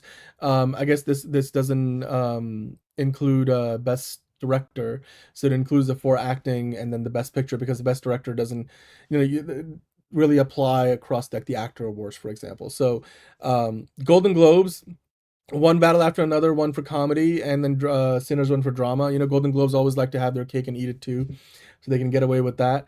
One battle after another, then won the BAFTA, and then the actor awards went to Sinners, and then one battle after another, of course, one for Best Picture at the Oscars. Best Actor, Wagner Moura at least picked up for drama, and then it looks like Timothée Chalamet, remember I talked about it, he won comedy, and then I Swear, I can't remember the name of the actor. He won for I Swear, the movie about Tourette syndrome. Yeah, I forget his name. But then, of course, like you said, the actor awards and Oscars, Michael B. Jordan, of course, winning with all the momentum. Rose Byrne were for comedy and Best Actress for Golden Globes. But then, of course, Jessie Buckley, deservedly so, sweeped. You can see it, like, just by the look, the photos, she basically sweeped at every single one of the big four. Stellan Skarsgård winning the Golden Globe was not a predictor for the rest of the season, because Sean Penn won at the BAFTAs, Actors Awards, and the Oscars. And then for Best Supporting Actress, Tiana Taylor got the one win at the Golden Globes. And then, of course, Wunmi Mosaku won for the BAFTAs. And then we got Amy Madigan winning for the Actor Awards, which were a good harbinger for her win at the Oscars. It was great seeing Ed Harris there supporting his wife, and I just every time to cut to him, he was just like a proud husband and a great partner, and I mean that's a power couple right there. So I love seeing that as well. John, any big surprises that stand out to you now? You look at it at a high level overview post award season. The Emmys are TV, by the way. That's why they're not here. I don't think so. I mean, it all seems like it makes sense to me. Yeah. I mean, to me, the big surprise was, again, you see the Best Actor category kind of flipped on its head halfway through. The BAFTAs really, didn't do anything to tell us like who was going to win at the Oscars. But yeah, in hindsight, Sean Penn kind of like had it. It was more of a lock than we maybe thought it would be, considering how much love Sinners got at the Actors Awards. Yeah, I mean, I guess Sinners did pick up a couple. I mean, one BAFTA, another picked up the most of them. So there we go. I mean, I hope that Ryan Coogler will have lots more opportunities to win for Best Director in the years to come. He's certainly going to be working on some of, hopefully, Hollywood's best movies with another Black Panther, and then probably more in the Creed franchise, as well as other originals that he might be doing. But with that, let us know in the comments down below, what did you think about the Oscars this year? What did you think about the award season in general? We all thought, I think Conan did a great job.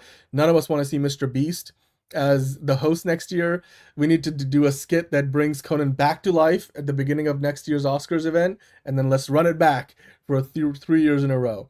Let us know what you thought in the comments down below about the Oscars and the award season, your surprises, your review of that. But speaking of reviews, John, I believe we have to talk about Project Hail Mary, which comes out later this week. It's not just a good movie. I think both of us will attest to the idea that it is probably the first really great movie of the year. We both went to see an early Amazon Prime screening at theaters nearby us. And I mean, down below you see here on the headline, Ryan Gosling and Rocky, amaze. Hit that music. Let's get this review started. I'll start with you, John. What did you think about this? Everybody's been looking forward to this movie. We're going to get into spoilers later. We're going to put up a graphic to let you know. We're going to start without spoilers, so just to let you guys know. So stick around while we do talk about it in spoiler-free way. But John, your thoughts on Project Hail Mary, having just come out of the theater about an hour ago, seeing the film? I'm going to say if Ryan Gosling doesn't get nominated for Best Actor for next year, I'm gonna nuke the Academy from orbit. And he should win. I'm gonna say that right now, because this was one of the best performances I've seen from him, probably his best. I haven't seen every single movie of his, but he definitely gave an absolutely amazing, emotional, gut-wrenching performance, and he did such a tremendous job. I thought The rest of the actors who didn't really have big roles. I mean, the only other actor was Sandra Hüller, who was in Anatomy of a Fall a couple years ago. She was very good in that. She was very good, more like the cold, reserved kind of character. And then you have, I forget what his name was, Lionel something. The guy from The Bear, he's the pastry chef. He was in it as Carl. He was good. He was funny. All of the actors did a good job. Like even, you know, Len Kung, I think, was in it. Milena Vaintrub was in it. And I liked the person who voiced Rocky.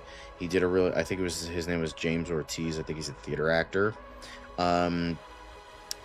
It's close.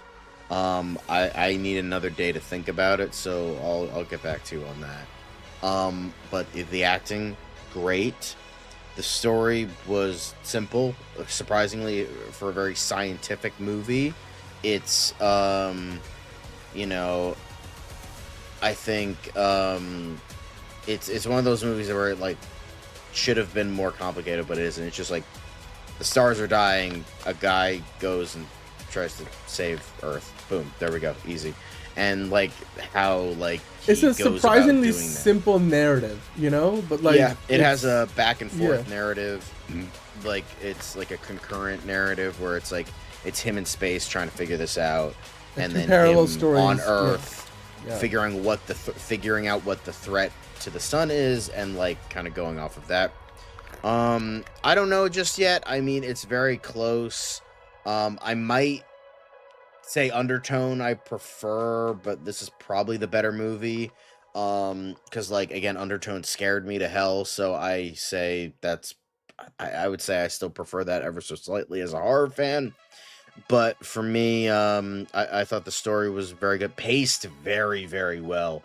Very well paced. Like this is an over 2.5 hour long movie, yet it does not feel like it. Like I wanted more. Like I wanted this to be 3 hours. Like I wanted even more between these characters, because the chemistry between Gosling and a fucking pile of rocks was fantastic and brilliant and just emotional in all the right ways, funny in all the right ways. It wasn't too like marvelized with its humor. Like if you've seen The Martian, like some of the more comedy aspects of The Martian are here, but like done tenfold because of you know, this is more of a comedy driven like movie where it's a little bit more emotional, a little bit more wholesome. And I think that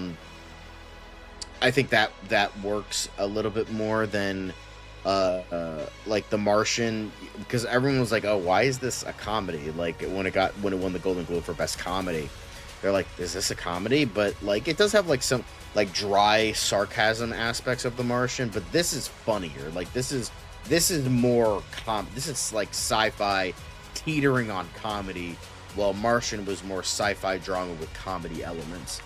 So it does have like serious moments. Like obviously this is a serious thing, they have to figure this out. Here you go, like sun is dying, you gotta like figure it out before it fully does. And with that, I thought it was, you know, I thought the story was great. Themes of like loneliness and like brotherhood and, you know, believing in yourself and like kind of like more wholesome, hopeful ideas here, definitely presented very, very well. This is probably going to be, Dan said this a couple days ago, where he was like, this is to MGM what F1 was to Apple, where it's like, oh, they finally have not only a good movie but a great movie in their pantheon, because this is like you have like shit like Roadhouse and like every like shitty buddy cop action movie, and now you have something like a prestige blockbuster. I could see like this like being nominated for like the prestige blockbuster. So there's that, and I think it pretty much nailed every aspect. I thought the humor was great. Like I was laughing out loud at many moments. A lot of good references to pop culture that didn't seem very forced. I would say the editing is maybe kind of wonky at points, but like in the beginning it makes sense, because like he's waking up after being in a coma, so it's very disorienting. So the editing is disorienting to mimic that, but then it like starts to make sense as to why it's like that, so it works. For me, like, this is one of the cases where it's like, where you watch like a Marvel movie that costs like $400 million and you're like, oh, 90% of this budget went to like money laundering because I'm looking at this shit and it looks like garbage. Yet this movie was about $250 million, and I'm like, oh yeah, this looks like a $200 to $250 million movie because the effects, I could see this winning best visual effects 100%. This is some of the best effects, CGI, practical. I know Lord or Miller went, they were like, oh, we didn't use any green screen. That was actually a clickbait headline, because what they actually said was, we didn't use any green screen in the capsule. Like, in the ship, it was like built sets. Meanwhile, like, obviously fucking, you know, it's a model or like CG enhancements where they didn't use green screen. So that was definitely a clickbaity headline. But this was, you know, like, just it nailed everything for me. Like, I can't think of, it never bored me. I was never non-interested. I was never like, fuck this movie. This was truly, I would say I like Undertone a little bit more. With how, like, again, how simplistic that movie is and how it nailed what it was going for and managed to scare me. So that means a lot to me. But this is what it's very close. Like, it's very close. I might think differently tomorrow. And Project Hail Mary is definitely a movie for the ages. And the thing that makes me laugh so goddamn hard is the fact that Lord and Miller get fired from Solo, a major sci-fi space opera, and then the guy they get, Ron Howard, finishes the movie. It sucks and it's a bomb. Meanwhile, this movie is getting critical praise, audience praise, fans of the book love it, and on top of the fact, it's probably going to be a very good financial success. I think it's projected to have like $50 to $70 million opening, which is good, especially for an original movie without IP. So that's definitely something. That's not like a 4-quadrant film, like, because I know, like, fucking, you know, Super Mario Brothers, or I was talking about that the other day, where I was like, oh, that's gonna make 150. Well, that's a 4-quadrant film. This is not. And the fact that it's like gonna get a good amount at the box office, at least the projections, that says something about how good this is, how confident Amazon is in this movie. And, you know, I mean, Conan was making jokes about how Amazon wasn't nominated, but now with this, I think they might be nominated for the 2027 Oscars. So yeah, for me, Project Hail Mary was brilliant in every aspect of the word. I probably would give it a 10 out of 10. I don't have any problems with it. Like, again, the editing was a nitpick, but it makes like logical sense within the narrative of the film. So yeah, it's near perfect to me. Yeah, I mean, to kind of piggyback on a lot of what you were saying, I went into this movie having high expectations because, you know, I looked at my calendar and I was like, this is my most excitable movie of like this is the most anticipated movie of the year that I have expectations for, and yet I don't know what I'm gonna get ultimately, because I never read the book and I have the audiobook now, but like I've only seen the movie now, so like I know kind of what to expect from Avengers Doomsday. I kind of know what to expect from Supergirl and Spider-Man with even the Odyssey to this point and stuff, because you know Christopher Nolan. But like Lord and Miller haven't done this before. Ryan Gosling hasn't done this before. Amazon MGM Studios haven't done this before. So there was a lot of unknowns. So going into it, my expectations were like, you know, I don't know what it's gonna be. Like, it looks great. So far, everybody like who's read the book or like is in the know, like, you know, is saying this is gonna be a great movie. It's gonna be the movie this summer. The alien character looks fantastic going into it. You know, but it was also like, is it how sci-fi is this movie gonna be, and how accurate? Because like there, you know, Andy Weir sticks to the, you know, the science part of the sci-fi pretty closely as much as he can in most of his stories, like The Martian, for example. You know, you stretch your imagination a little bit in some areas, and the science in this movie doesn't quite, you know, passed the smell test in every respect, but that's, you know, like like what you know, like every movie is gonna, like, you have, it's a movie, right? Like, you're not gonna, if it was every bit as accurate as the real thing, then, you know, it would be more of a documentary than anything else. So, but that being said, I walked into this movie and I think I missed maybe the opening titles, so I catch up right as he's waking up and he's completely disoriented. I had a little bit of adrenaline pumping because I hadn't been to this movie theater before that I went to, so like I was trying to calm myself down, which made the experience of watching the opening minutes of this movie probably feel even more hectic because, like you said, John, the editing early on felt a little like too quick. Like, I know they were going for pace and quickness, and they were definitely, I could tell, trying to avoid getting too stuck in the sciencey parts of the movie, because they try to explain the concepts but they don't hang on it for too long. They try to, insert some humor. Ryan Gosling, I think, as a big chunk of this movie, I was thinking he's probably the only actor who could have really played this character the way that they did, the way it plays out.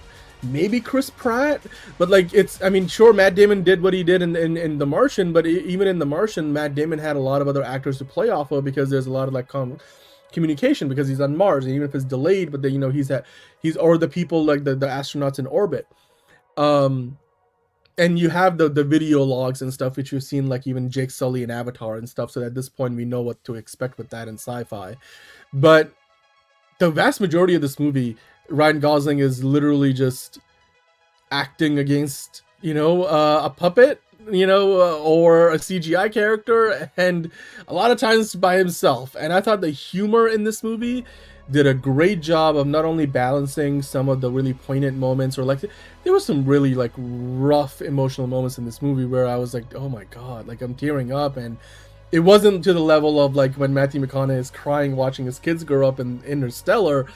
But there's some emotional wallops in this movie, John. The fucking Nolan movie, of course. No, I know. Well, you're talking about Sci-Fi. You talk about like 2001: A Space Odyssey. You talk about Interstellar. You talk about those movies. But I'm gonna put up the spoiler thing for a moment because I feel like I might end up spoiling some things. But so beware, the spoiler part of the review. I will say though, like, this movie did not feel like 2.5 hours once got past the first 15 minutes where it felt a little hectic, so I looked at my phone once or twice. But I've never, actually not never, but like I haven't for a very long time watched a movie in the theater. And Caleb, I didn't bring that up, but fair. I haven't seen a movie in a very long time where I walked out of the theater and I was like, I want to go see this again right now.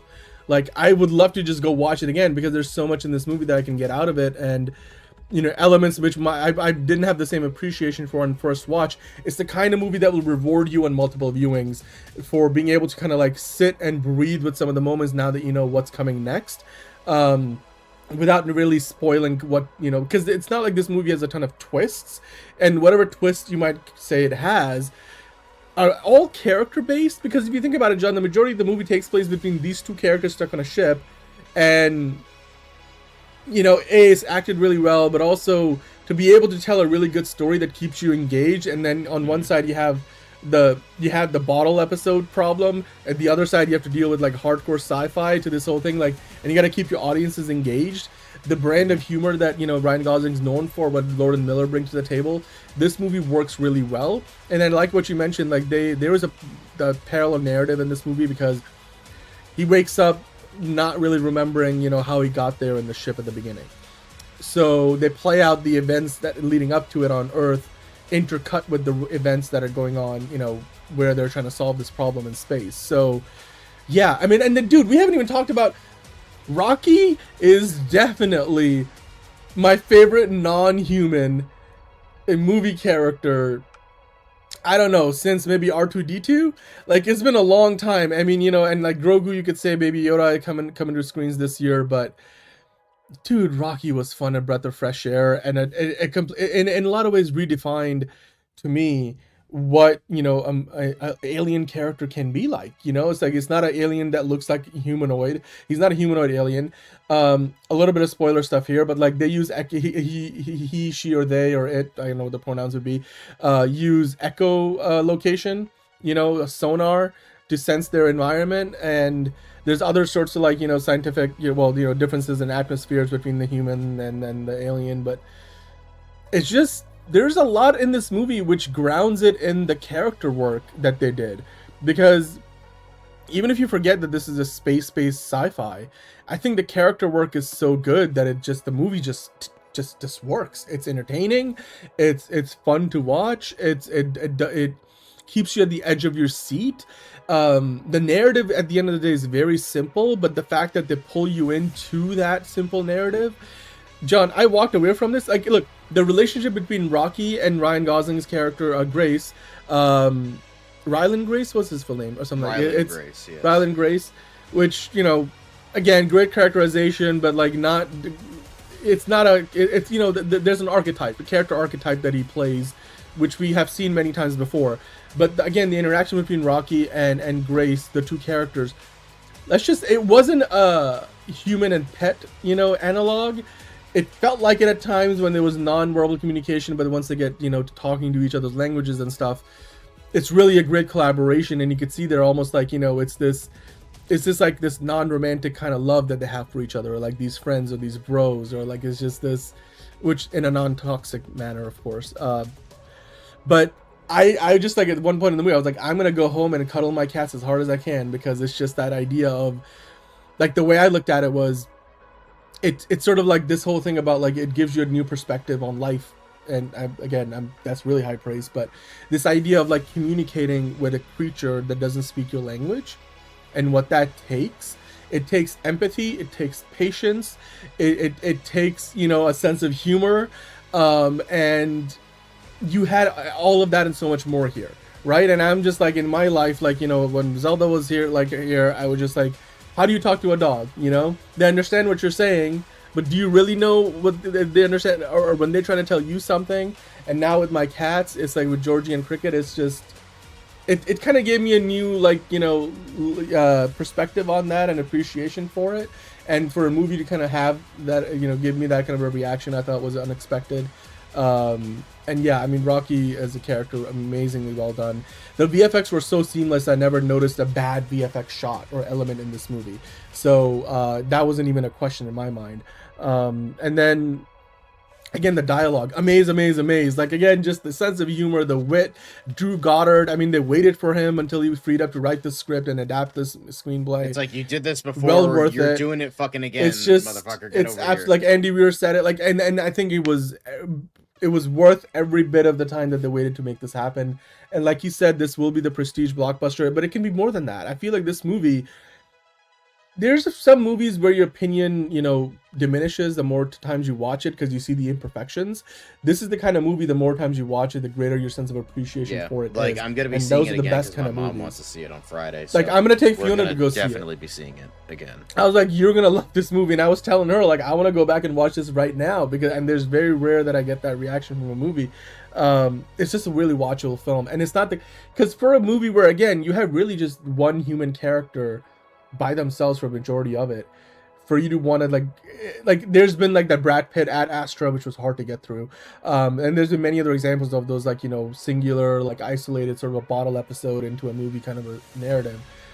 It's not easy to watch a lot of the times, or sit through or enjoy. This was fantastic.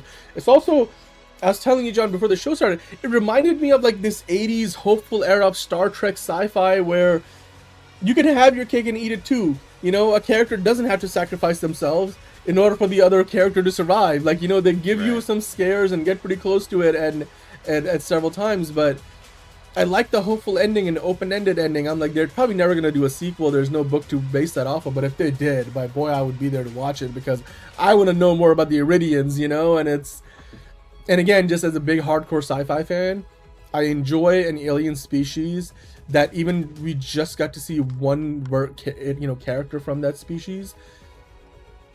It's more well fleshed out than most movies involving alien characters. So 5 out of 5, 10 out of 10, perfect. I think for me, this movie, it deserves the 96% Rotten Tomato score I saw it had last week. I don't know if the number has gone up or down since, but this to me is the movie of the year so far. It deserves all the success. I think Ryan Gosling, like you said, if he got nominated for Ken, holy hell, give him this one, because we don't realize that how he makes this look easy.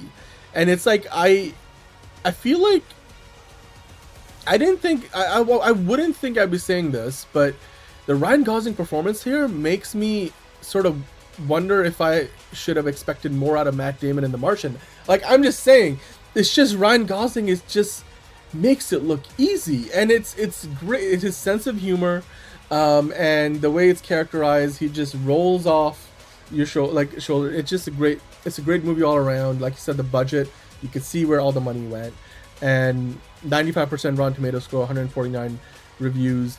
It's coming out in March. I do wish it came out a little bit later, because it was in a summer season proper, and more people could go see it, like with kids and stuff.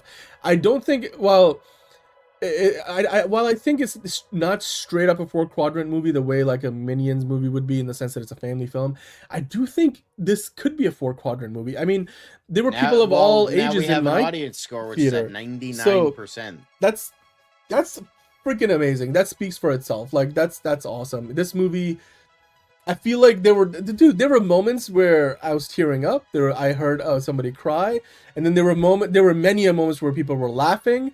Like, there were some loud moments in this movie, as well as some emotional wallops, like I said. So I haven't talked or spoken as glowingly about a movie in a very long time, and just genuinely felt like, you know, uplifted at the end of watching the movie. I feel like F1 was the last time I did that. And I just watched F1 like a few days ago with Fiona, and then you know, the Oscars and everything, and now this. It's just like, the world needs more movies like this. Go watch Project Hail Mary. To me, it's a perfect 10 out of 10, and I'm gonna go watch it multiple times. I don't do that very often. It's almost as perfect of a movie as you can expect.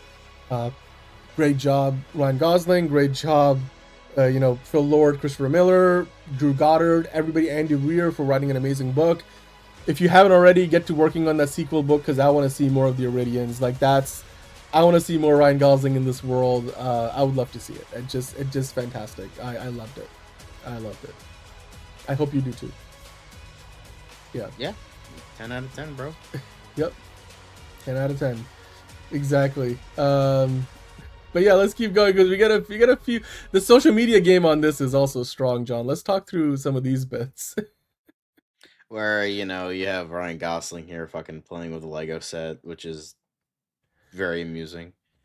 His whole like beta male, you know, the vibe. I love that he's just completely embraced that now. He's just like, I'm just gonna just do, like, oh yeah, you asked me to do this, or like, oh yeah, you guys, okay, you want me to keep playing with it? Great.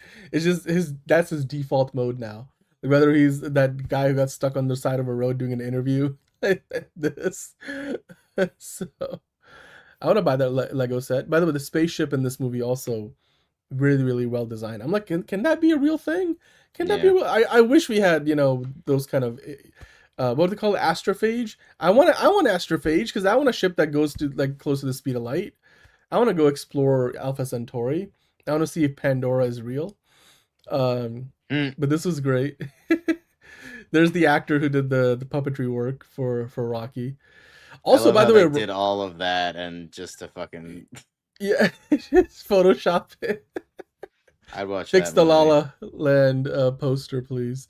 But I mean, yeah, there you go. James Ortiz, who basically was the puppeteer and the voice behind Rocky. By the way, at the very beginning, the first time you see Rocky, he's like, does the little, he almost like his defensive motion is like this scorpion sort of a motion that he does when they're like both in defensive stance.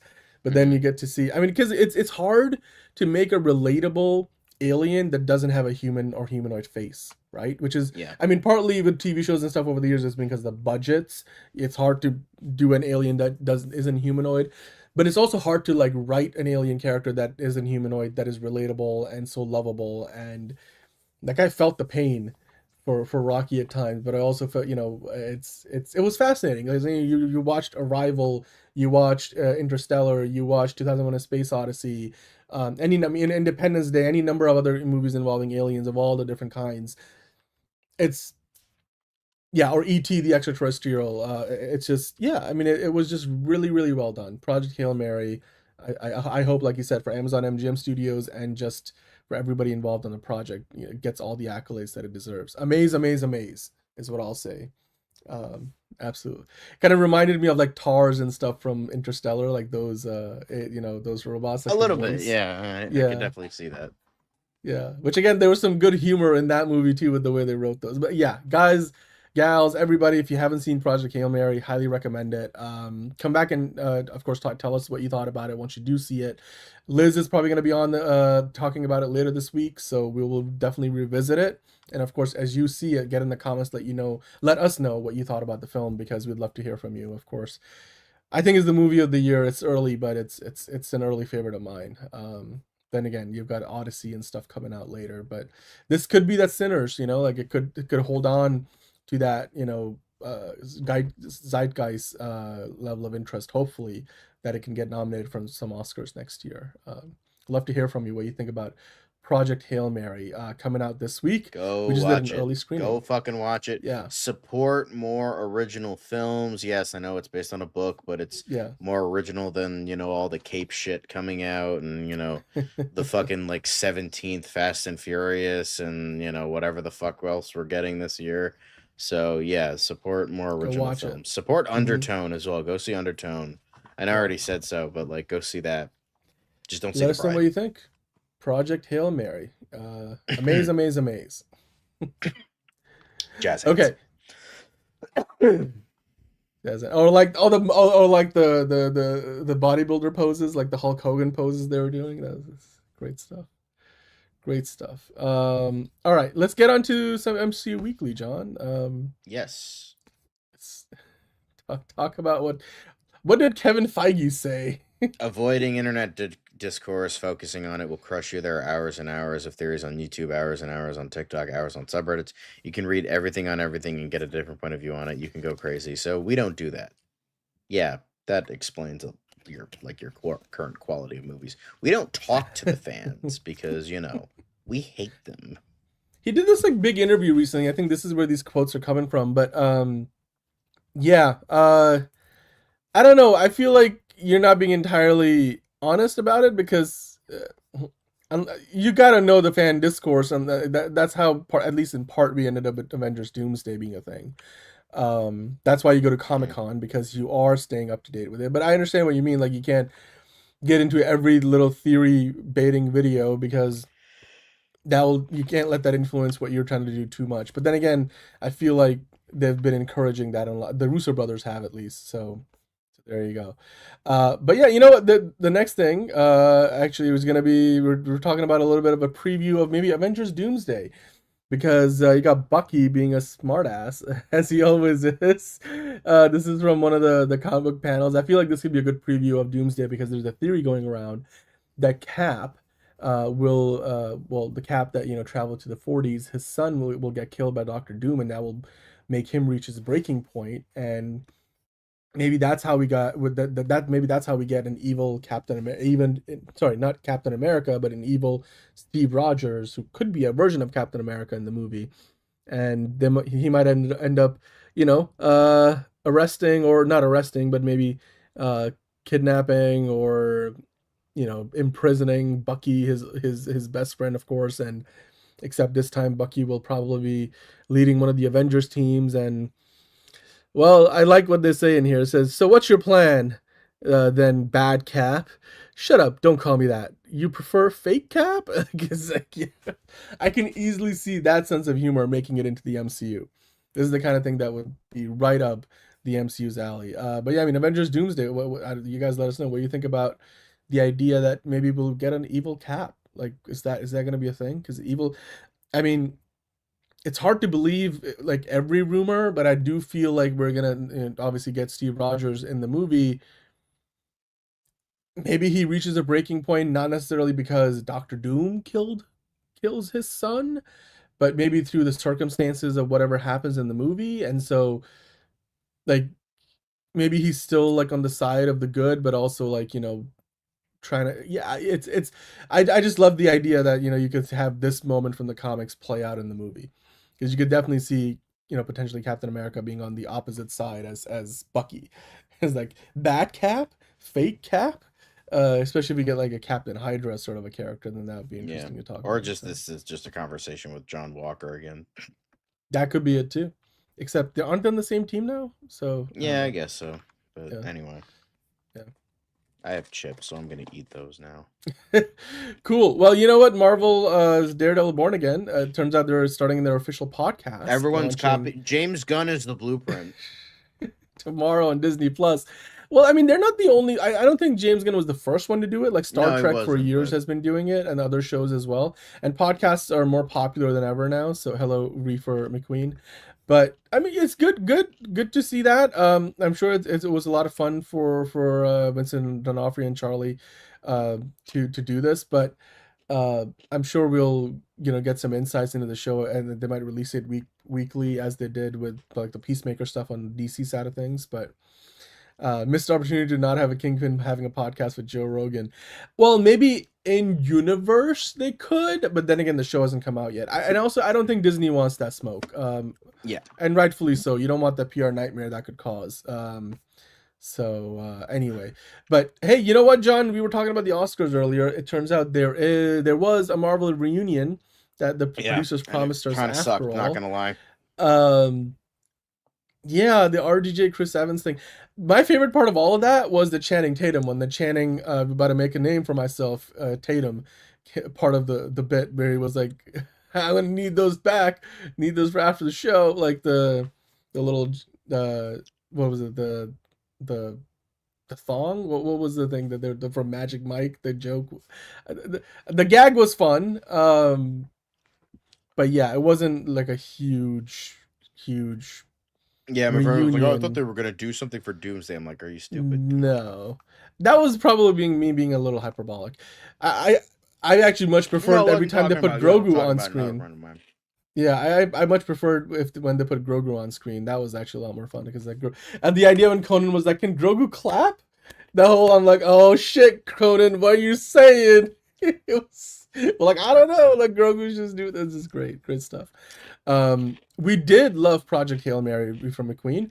Be Kind and Rewind. We just finished talking about it. Actually, we both give it a 10 out of 10. It's an amazing movie. Go check it out. We highly recommend it. And then come back and give us your review. We'd love to hear from you. But yeah, all right, let's keep on going here from the Avengers Doomsday reunion, sort of, to Spider-Man Brand New Day. John, are we finally getting a release date and maybe even a time for the movie's release? From the most unlikeliest of sources, if you scroll down here, apparently a distributor in Kazakhstan might have given up the details. Very nice. Anyway, sorry. I don't know if that's the accent, but you want to do, but no, Kazakhstan. That's where Borat is from. Oh, is he? Yeah, he's from Kazakhstan. Okay. I thought it was like a fake country, like in the movie, but Kazakhstan's a real country. So okay. No, it is. Yeah, I know. No, I know, but like I thought it was like from a fake country within the movie. I haven't seen Borat in so long. Anyway, but if you go down, actually, there's I think there's a tweet or an X or whatever they call it these days. I mean, this is the promo art from a lunchbox. I guess Spider-Man's on the lunchbox these days. Which, speaking of the Avengers in the lunchbox, so you know. No, but if you zoom in, they got the text version of it. So if you actually scroll up a little bit. See right there, the gray box. So the Spider-Man Brand New Day trailer is releasing on Wednesday, according to an official Sony Pictures distributor in Kazakhstan. So, do you believe it? Is the trailer releasing on Wednesday this week, which is now like 24 hours away? I mean, basically? I didn't get it in front of Project Hail Mary, but I didn't think I would. I mean, I was like, that was a speculation for a while. But like the thing is, that was an early screening, so of course not. Right. But like Dune is coming out soon, and we'll talk about that eventually. But so it's like those were the ones that like people were rumoring, oh, it's gonna come out soon, So yeah. Well, I kind of believe it though. Wednesday, because here's the thing, Project Hail Mary, we both went to see an early screening. So if they do have it attached to Project Hail Mary, it would make sense that they drop it on Wednesday, so you don't have one of those in theater cheap looking pirated versions leaking online. You release it on Wednesday. That pretty much gets you in front of pretty much every time zone in the world where they might be, playing it ahead of Project Hail Mary on a Thursday preview. And then the rest of the weekend, it plays before Project... Like, for example, if you go see the movie again this weekend with your mom, or like if I go see it with Fiona or something, I'm sure we're going to see that if it comes out on Wednesday, it's gonna be attached in front of Project Hail Mary the rest of the week. So this is believable to me, and the fact that it's we've seen like runtimes and stuff like this leaked before by international distributors or like local partners to big studios. So the Kazakh Sony distributor or Sony Pictures distributor apparently giving it away that Wednesday is when the trailer will come out. You guys let us know, what do you think? The trailer comes out on Wednesday, and what do you want to see in that trailer? Do you think it's going to be very similar to the version that got leaked a couple of months ago, or do you think they've recut a different version of the trailer that's very different from what we supposedly were going to get before? So love to hear from you. I'm excited either way. I want to see the Spider-Man trailer. It's about time. The movie comes out in a few months. Give us that trailer. But hey, with that, we're gonna move on. Let's end on MCU Weekly for now, and then switch over to MovieTalk Madness. And with that, John, of course, now that Project Hail Mary is out and Timothée Chalamet is done with the Oscar season, there is another big sci-fi movie coming out later this year featuring Timothée Chalamet, which of course is meant to be the trilogy capper: Dune Part 3, Dune 3, Dune Prophecy, whatever you want to call it. We now have a first look with Timothée Chalamet as the lead character in the movie. Your thoughts on this, Paul Atreides? Like, what did you expect of it, and do you like what you see? I'm definitely loving what I'm seeing. You could actually, if you click onto them, we can look at the images zoomed in. Yeah. But there we go. Spider-Man, Steven, that's gonna be Wednesday.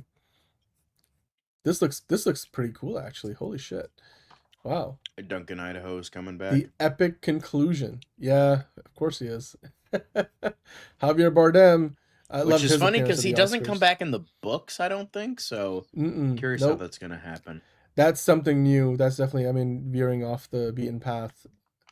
Rebecca Ferguson, of course. That's the Florence Pugh, name escaping me. Shorekill. Got R. Pats in here. Oh my god, R. Pats. Damn. Wow. And then Anya Taylor-Joy, who is the younger sister of Paul Atreides. Yeah. R. Pats. Could you be any more pale? Like, I don't know. It's there you go, Paul Atreides himself. Definitely giving us a preview that the story is going to take a dark turn in this movie, as it does in the books. John, what your thoughts on this overall, and what are you expecting from the movie now? It will be coming out the same day as Avengers Doomsday. Do you think this gives you any more hope that it will... I'm excited for it. Keep up. 100%. I'm excited for it. Like, it's going to be great.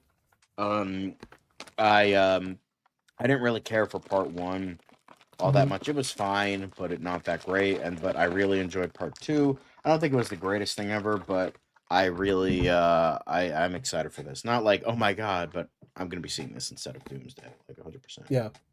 Yeah, agreed. They need to calm down with the paleness. Some morons will accuse them of racist. Look, as far as that goes, this franchise has already been pretty tone deaf on that front, because these stories were very, very, in terms of like the books, they have a lot of Arabian traditions and origins, and they've never really stuck to that in any respect from the beginning. So yeah, if you were looking for that, then this iteration is not the one for you. But let's keep on going, because Dune, this is a good first start look at the movie. What we're not going to be getting a first look at all, though, John, is Paramount's G.I. Joe movie, at least the one that Max Landis was meant to be writing, because they did have 2 versions in the works. One of them, the controversial Max Landis, was meant to be writing. Apparently, Paramount is not moving forward with it. Your thoughts on this? It sounded like a stupid idea, because it was another modern deconstructionist idea of like G.I. Joe. It's like, I don't want to fucking see that. I just want to see fucking a bunch of like roided up masculine dudes covered in baby oil just shooting machine guns for 90 minutes. That's what I want to see. Did Why we already is that get so that? fucking hard? Oh yeah, we did get that though before. Maybe could have done a better job with it though. But here, they did leak on what the idea was, or it was like it was gonna be like in a world where like Cobra took over the world, and now like GI Joe's like a small like resistance group, and it's like, oh, that's fucking stupid. Get out of here. All right. Well, I'm glad that this isn't moving forward then, because I would have wanted to see that. I feel like, I don't know if he would be the...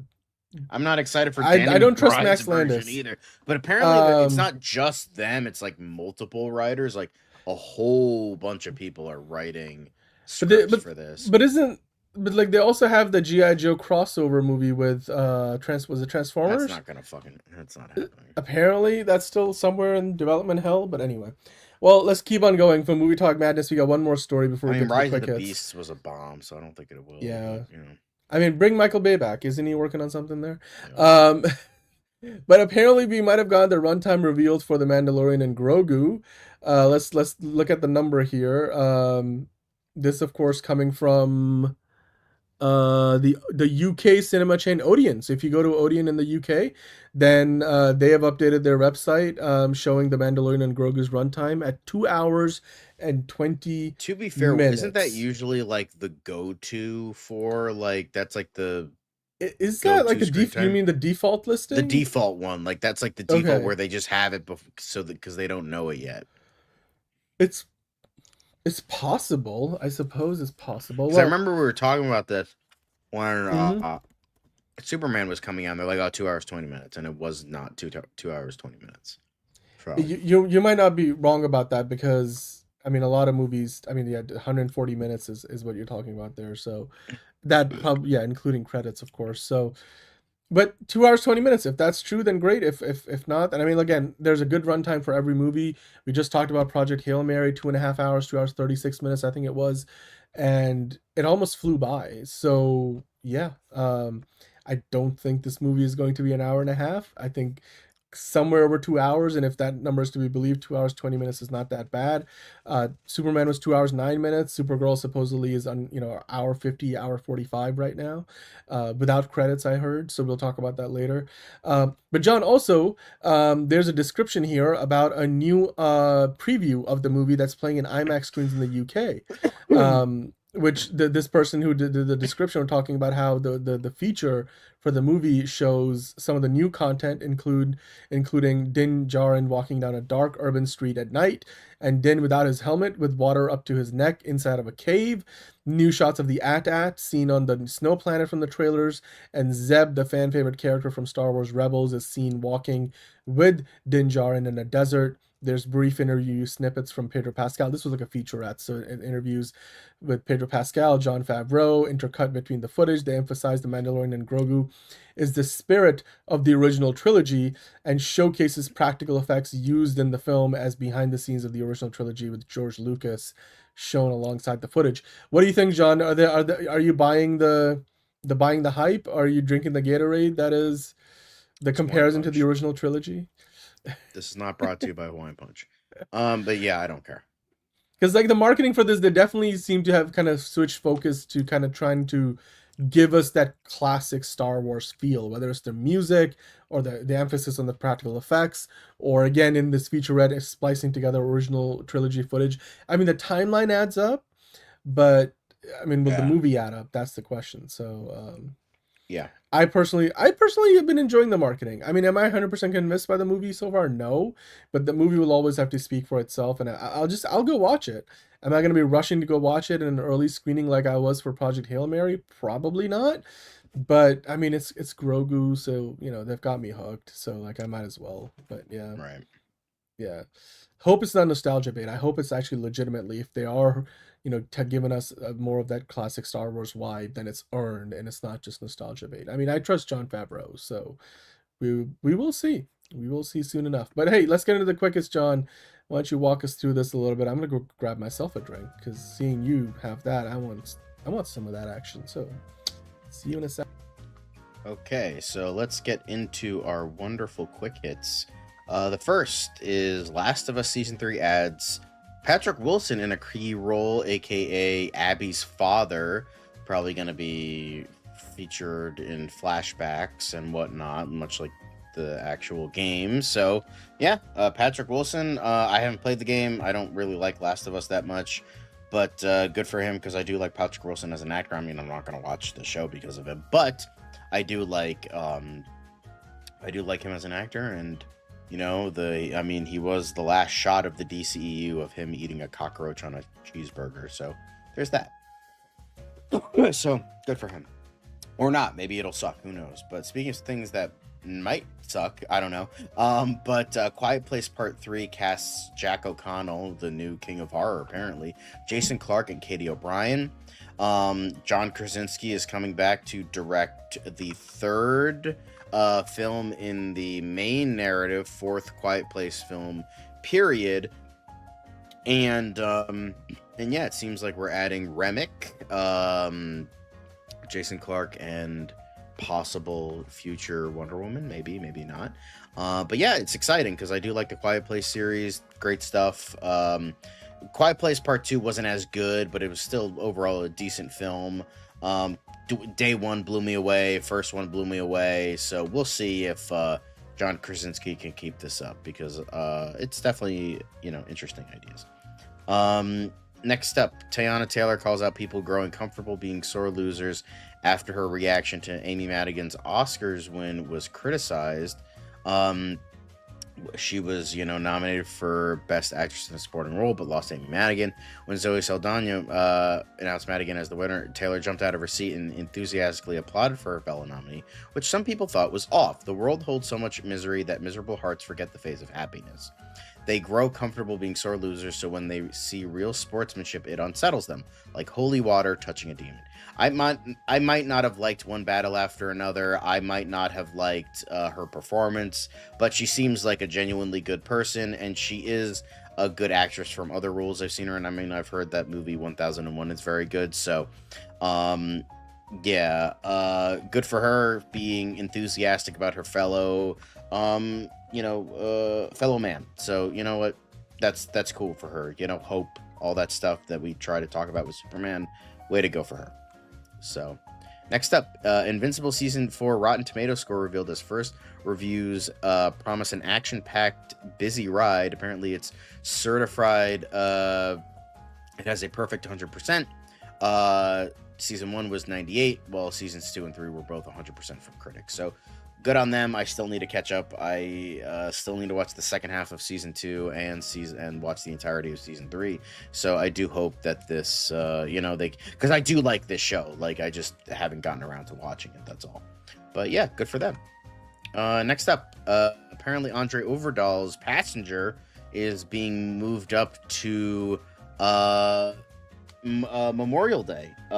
Instead of May 29th, it's going to come out a week earlier on May 22nd.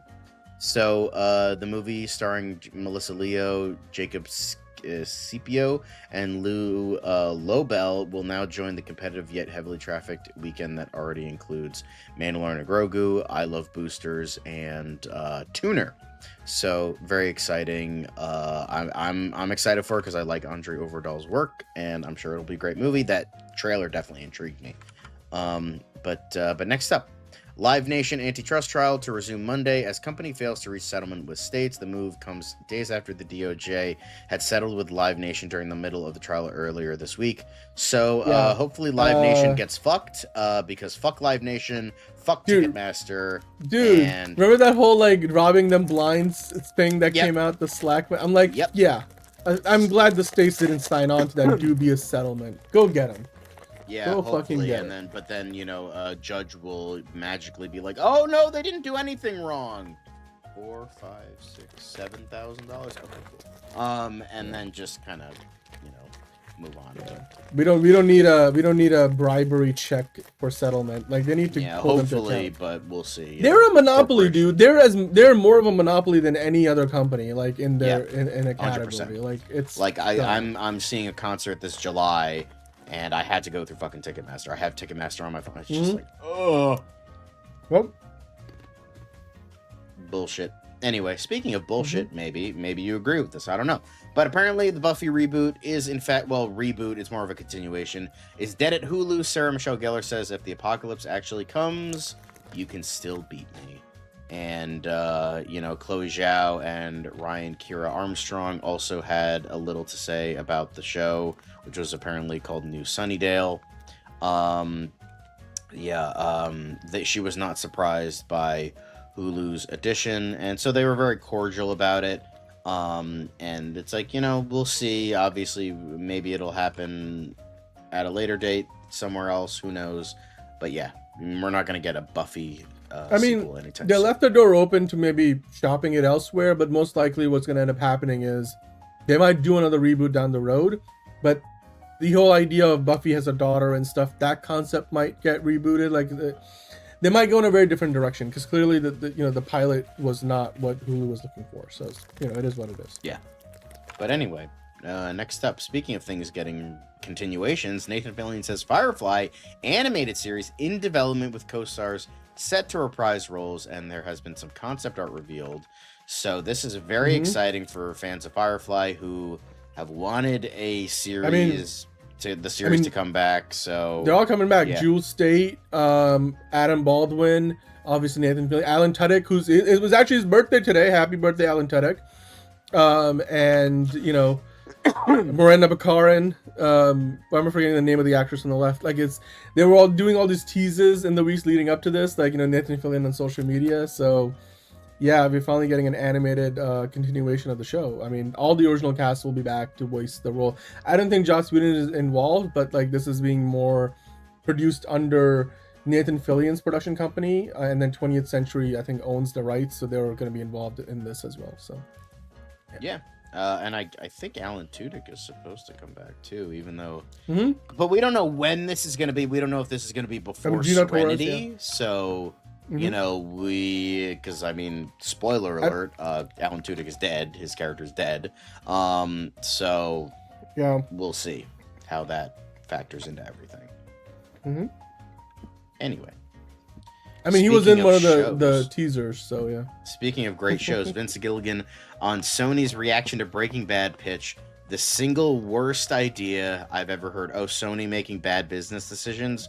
Color me shocked. I love Pluribus, and the Duffer Brothers got passed on for Stranger Things by a bunch of companies before Netflix said yes, so not the first time you'll see that story play out. But Sony probably will think twice about not considering a Vince Gilligan pitch the next time he comes to them. So yeah. Yep. But anywho, next up, Sebastian Maniscalco being a good sport on his parody, very flamboyant parody on SNL. So there's that, which is honestly, this is just a really good. It's so good. Sebastian Maniscalco plays a character in most of his stuff, and then for them to parody that, I'm just you know what? I would want Sebastian Maniscalco to show up, play himself in one of these skits, because by the way, the actor who does the parody is amazing. The whole the physical comedy and stuff, it's great. And actually, Harry Styles at some point in this skit does his own version of Sebastian Maniscalco, and it's not the greatest thing ever, but it's pretty good. It's not bad. It's not bad. So right there, it's I enjoyed this. I love Sebastian Maniscalco's comedy. So yeah, and he performs it's not his. He kind of plays a version, exaggerated version of himself, and So I would love to see this.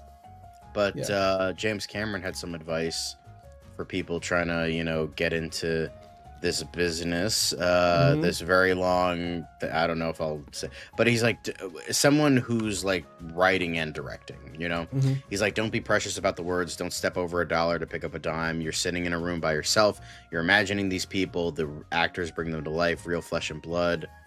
Ironic considering a guy who is making movies that feature no flesh and blood, but that's beside the point. You're imagining these people, blah, blah, blah, and they bring their own lived experience to the moment. Recognize when they bring something better than what you imagine sitting there by yourself, shifting like a Gatling gun between all the characters in the scene and trying to channel them all through you as a writer. So essentially he's just giving hey, don't be like so hard stricken on what you've written when you're directing, because remember, you're not a writer right now, you're a director. So be a director instead of the writer that's all alone in your room. Direct your actors, bring in them and what they have to do and say about this experience. So yeah. I mean, the one thing I've always appreciated about James Cameron, he's a self-taught filmmaker. He didn't really go to film school in the way that we think he. Like, the guy literally just read books. He worked at a video store. He's taught himself how to do filmmaking. I mean, and for him to go from that to what he's done, kind of ironically, since he's Canadian, but like the American Dream kind of vibe, where it's like when he was, you know, filming Terminator, this dude like fucking had his car repossessed and was living on day old Big Macs from coupons his mom gave him. And then this man went on to make the highest grossing film of all time twice. So, you know, there's mean, he has 3 of the top 5, right? Between the 2 Avatar movies, 2 of the 3 Avatar movies, and Titanic. There's 2 of those are 2 of the 3 highest, and then if you add 3 of them, 3 of the 4 highest grossing movies of all time are Jim Cameron movies. I mean, and he's always kind of like been good at being able to balance his instinct as an artist with some of the more pragmatic sides of like the business of filmmaking, which is why he's got 3 of the 4 highest grossing movies of all time. So but I mean, I shit on James Cameron a ton, but you know, he's smart sometimes. But next up, the evolution of Marvel and DC. Going from, you know, Marvel kind of took a while to really get there. You know, the second to last was like when it actually looked good. Meanwhile, DC just always cooked. So there's that. I like this. Except for the 2011 logo, that one sucked. But the rest of them are good. So you mean the peeling one? That didn't last very long. It's supposed to be like a turning page one. No, I know, but never liked that one particularly much. But anyway, no, and that's DC, only because DC fucked themselves because they tried to sue the shoe company DC, and then DC sued back and then bought the copyright for specifically that logo. So DC had to pay the shoe company to use their own logo.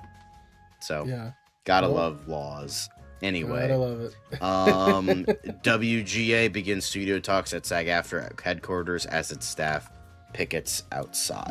This WG has not been having a good time of it of late. They canceled the West Coast ceremony. The actors are negotiating right now, the writers have started to negotiate with the studios as well. So, well, they got some problems to fix and figure out, and we hope that it all works out because nobody wants another strike. So, best of luck to the WGA, and then the actors I think are still negotiating. They didn't give themselves an extension, which kind of overlaps with the WGA window a little bit. So we'll see what turns out, and we'll follow the story, and hopefully, you know, all is well that ends well. Hopefully, but fingers crossed. So and then next up for the final thing, we have Sydney Sweeney and Amanda Seyfried's The Housemaid sets Starz streaming date, which is not a joke, but it is on April 1st. So with that, so if you want to catch the movie on Starz, if you fucking have it, then there we go. But I like all 2 people that have Starz. So cool. I used to have Starz, but you know what? I might be signing up for it again just to see The Housemaid. Or you could just pirate it like a normal person, but that's beside the point. Sign me up. There was watch out for the cat butt. Yep. I think the one show that you did so well. I think you were on Solo a couple of nights last week, and there was a moment where you were like, "Oh, Brendan Sklenar did both really well," and I was like, "Yes, I saw The Housemaid too. He did do really well." So, But thanks for watching. Guys, we are done with the news portion. Now we shall get into DCU Daily. We're gonna be, of course, as always, #blessed. It's another project that's been blessed from the beginning. There's the shot right there. That. Okay, we don't need to see. Right there. Hey, buddy, eyes up here. Now you want to get nuts? Let's get nuts. Here we Go. Victory mine. Ask me how am I doing? I'm telling you, really, I'm doing sublime. I never wait in a stewardess line. I just go do it. I'm moving my time. Really had nothing to do with it. How am I moving? I'm moving like you wanna shine. Follow my lead. Don't listen to lies. I had to put me all on the line. That's why I know that victory's mine. I prefer Jared Leto. Honka honka!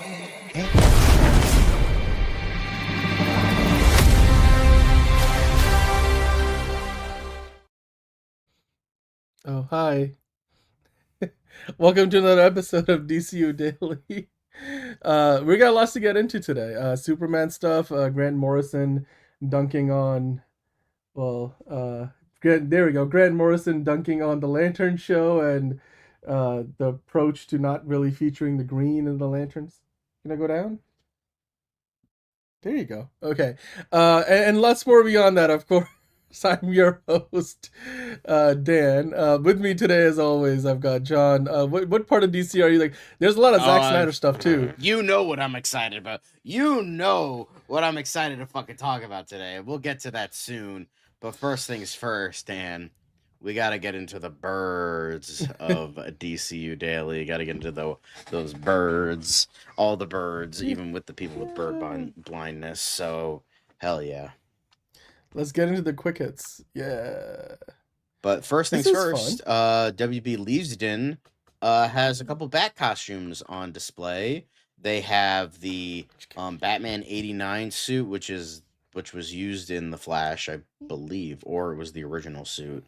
Then you have another suit that was used. I think the one on the left was like in his closet. Right, that wasn't. Okay. That's the blue and gray one. That's you can see like the. No, I don't think that's blue. That's clearly no. Those black. trunks look. Those what? Is Are it? You sure? That looks blue and gray to me. Is this one of those like what color is the dress moments? Because I feel like that looks. Because it just looks black to me. Like it's just like it doesn't look different to me. No, like the it's probably the reflection. Like it's the lighting and the reflection. It doesn't look right. I don't know. I thought it looks blue and gray. Anyway, anyway. But you have the first one is Batman 89 suit complete with final damage. Then Batman's Cape Crusader suit based on Detective Comics' first appearance. The Batman Arctic suit based on a 90s toy, and Batman Classic suit based on the 70s blue and gray. So I think, this is the blue. Okay, so now I'm starting to see it. Now I think my eyes are adjusting. I think. Yeah, it's definitely blue and gray on the left. It looked, well, the thing is, I was looking at this one, which was black. So I was like, oh, that's black too. But then I'm like, oh, wait, no, I'm looking now. Yeah. So this is the quote unquote classic 70s suit. This is the 89 suit. Then this is the Caped Crusader suit, which is based on the early like Detectives Comics one, and then that's the Arctic suit. So all look great. Yeah. I don't like the guns, but it like kind of works if that's based on the original version, because at one point Batman did use guns. Because remember we talked about these were the suits that they showed it like Michael Keaton's Batman and the Flash has in his like little like vault of suits that he had used at some point in his career. So we talked about it at length, like I guess better versions of these photos before. So, but you can go see them in WB Leavesden in the UK. I almost went there when I went to London last year. Just didn't get a chance to see it. But they do a studio tour, and you can see these suits in person. It'd be great. Yeah, good stuff. Yeah. Good stuff. Yeah. Hey, Jalen, just in time. But next up, we have a little apparently David Jenkins, I believe his name is. Was picked as the showrunner for the upcoming Booster Gold show, and it seems like that's not the case anymore, because he deleted everything in regards to any Booster Gold announcements off his Instagram, and he unfollowed James Gunn. Wow. So it seems like either somebody was really bitter, or he just didn't want to, he just wanted to separate himself as much as possible. And wow. That sounds like a rough breakup. I'm like, did you burn some bridges on the way out? Like, what happened? But does that mean we're back to square one now? This would be the second time, because remember the Danny McBride and his crew were working on it, and then David Jenkins took over, and now that he's not potentially attached, I mean, again, this was never officially confirmed. Remember, it was like a deadline report. So somebody from DC, like James Gunn, Peter, nobody officially ever put out a press release. This was the case that David Jenkins was officially attached, but we had everything other than official confirmation. So I guess maybe they're back to square one. So yeah, we'll see. Who debunked this? Did somebody debunk this? I don't know, Jalen. Who? If you can clarify in the comments, we'll see if we can find that. But let's keep going in the meantime with the quick hits. Yeah. So next up, we have on Instagram, Absolute Superman Artist pays homage to Henry Cavill's Man of Steel. Obviously, it's this famous image that never actually appears in the movie, so it was purely a promotional shoot, and they did this with it. So very, very cool. Yeah, that photo, I remember that was like our first look at Man of Steel before the movie came out, and it was pretty epic. And yeah, I'm glad that they paid homage to it. It's very Superman-ish, and then it's everything we wanted to see from Henry Cavill when we got that first look years ago. So I love that they're paying homage to it right now. Yeah. But yeah. Next up, Scott Snyder revealed Absolute Scarecrow will have the highest kill count, and that Joker raised a Robin that truly believes he is a good person. So again, we're getting more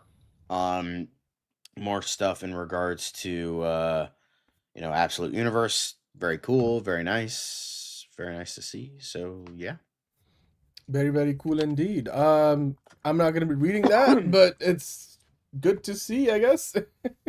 So yeah. But yeah, next up is unfortunately Liz is not here to enjoy this, but we do have Frank Grillo shirtless, who he's like, I'm coming for y'all. I'm coming for all you motherfuckers.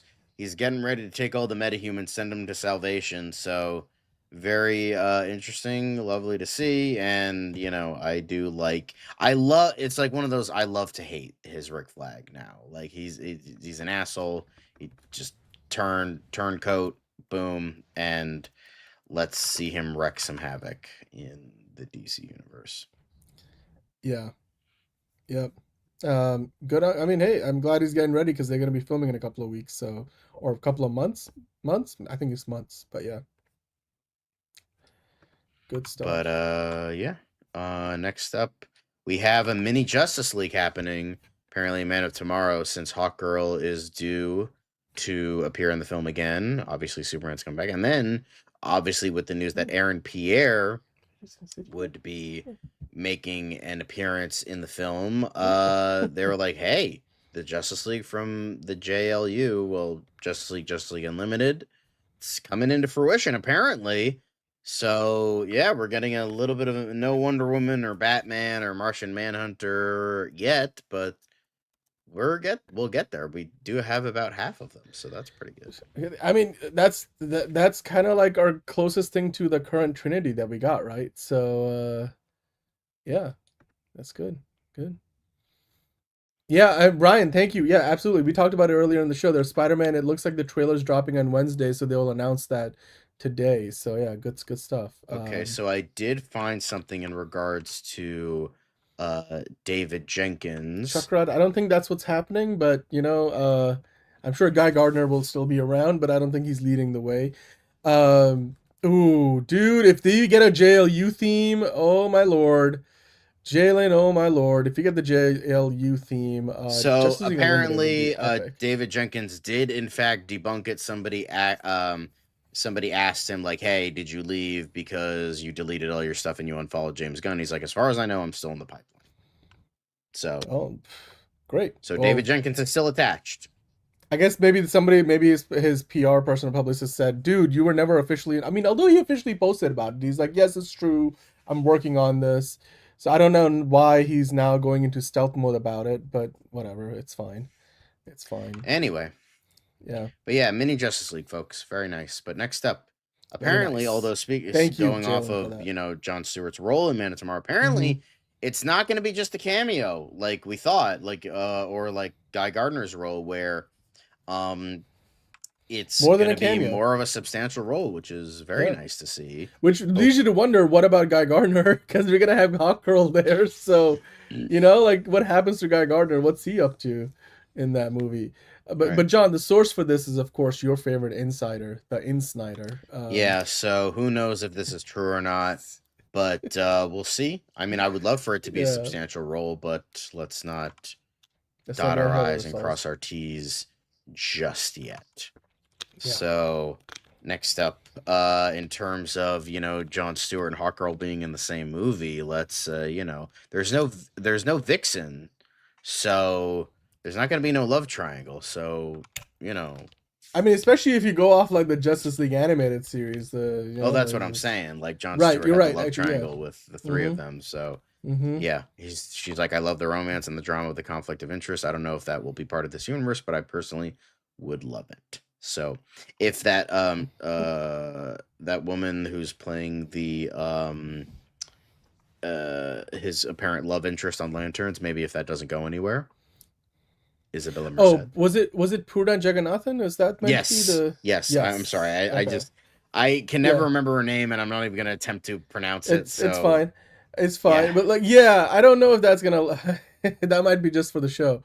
But yeah, you know what? Isabella Merced, Hawkgirl. I could see it. I mean, she's you would think that there may be an age mismatch, but she's actually not that young. I mean, I saw her on the red carpet at the Oscars. I'm like, yeah, I can see it. I can see her and Aaron Pierce, Jon Stewart do the business. Justice League is coming together, so we'll see.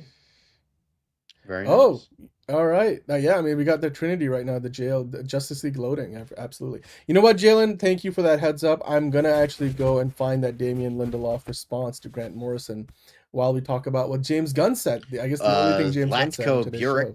Who was in Wonder Man. I think he's in The Bride, and he was, the guy in I almost said Man of Tomorrow. In Superman, he's, James Gunn speaking highly of him. He proved my theory that the nicest guys play the best on-screen villains. So good for him. I don't even know who this guy is. So like the fact that he did 3 projects in a row says something. So very nice.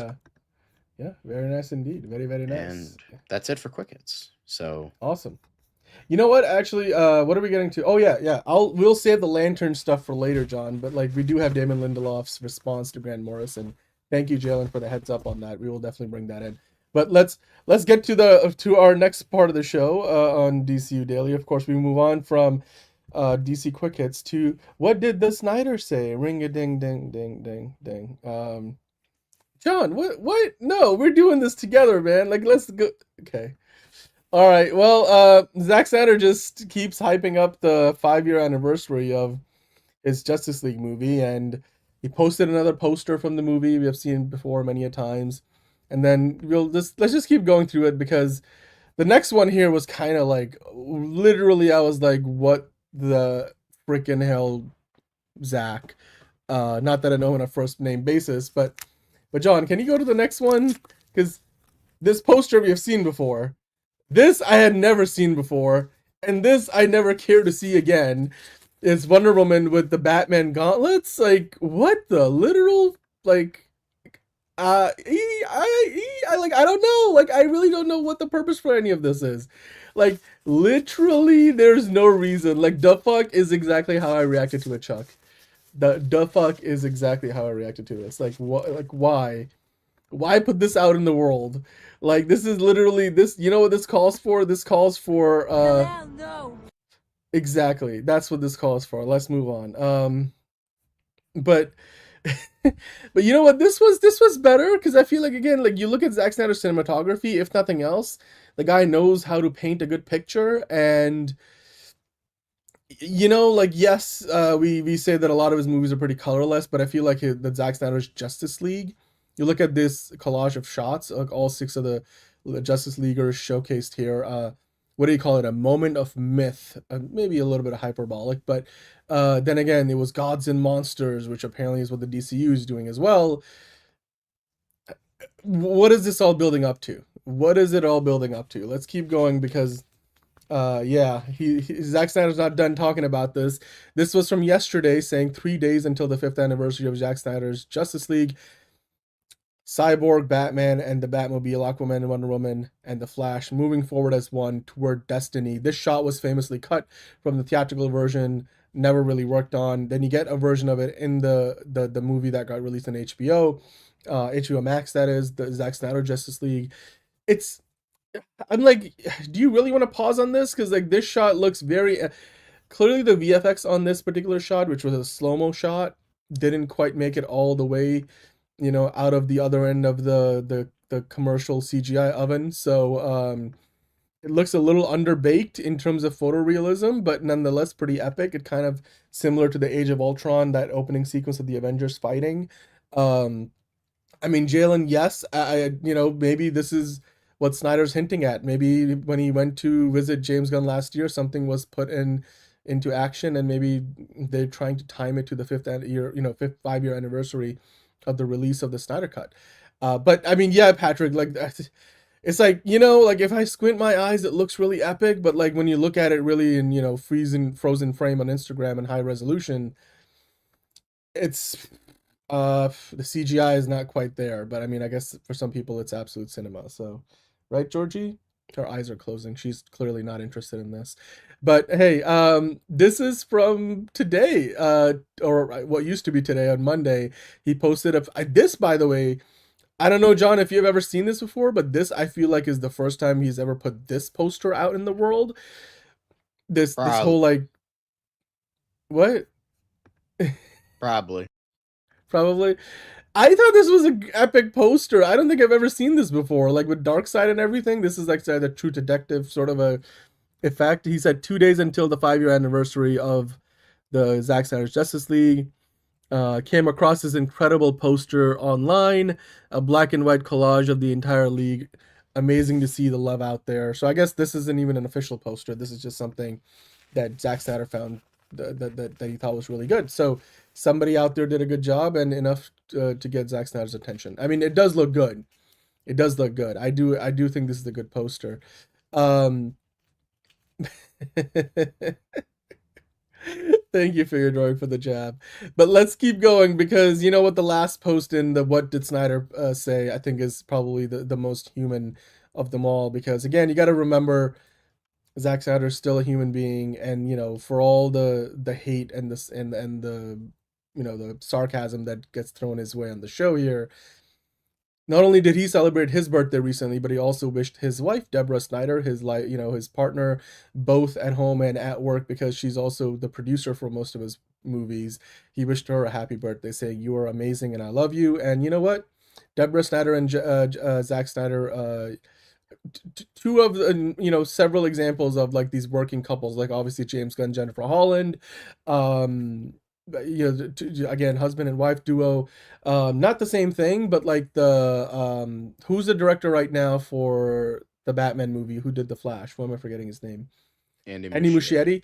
Him and his sister are like a good co-working duo. Of course, we have seen the Wachowski sisters over the years, so it's always good to see that, right? Happy birthday, Deborah. I mean, this is from 3 days ago, but yeah, Deborah Snyder, I mean, she's produced most of Zack's movies, and this is again, I mean, showing the more human side of himself. That's not just talking about his, I mean, again, him talking about his work, I still think is hard, it's good to see that he's in a good place with it mentally, considering what he went through over the years with what happened with his time at DC. But yeah, happy belated birthday to Deborah Snyder from Zack Snyder himself. So yeah, that was What Did Snyder Say? And now we move on from that and we get into some Supergirl talk, John. The Girl of Steel, the Woman of Tomorrow. And some of you guys brought this up the other day. We just wanted to kind of make sure that we did a bit more research, and I was able to kind of corroborate this from other sources and stuff, and make sure we could talk about it today, because we didn't really get a chance to talk about it the other day. But there were apparently, test screenings held at the Irvine Spectrum on March 12th, and so this is out on the West Coast, not in LA, but there or thereabouts, where Supergirl was shown to some of the folks participating. The early reactions, John, were mostly positive, with viewers giving it a rating of 7 to 8 out of 10, 9 out of 10. Apparently there was a report when one person even gave it a 9.5 out of 10. I think Enterprising was talking about this on the show the other day. So your thoughts on this? Supergirl, I mean, again, they didn't really do this with Superman.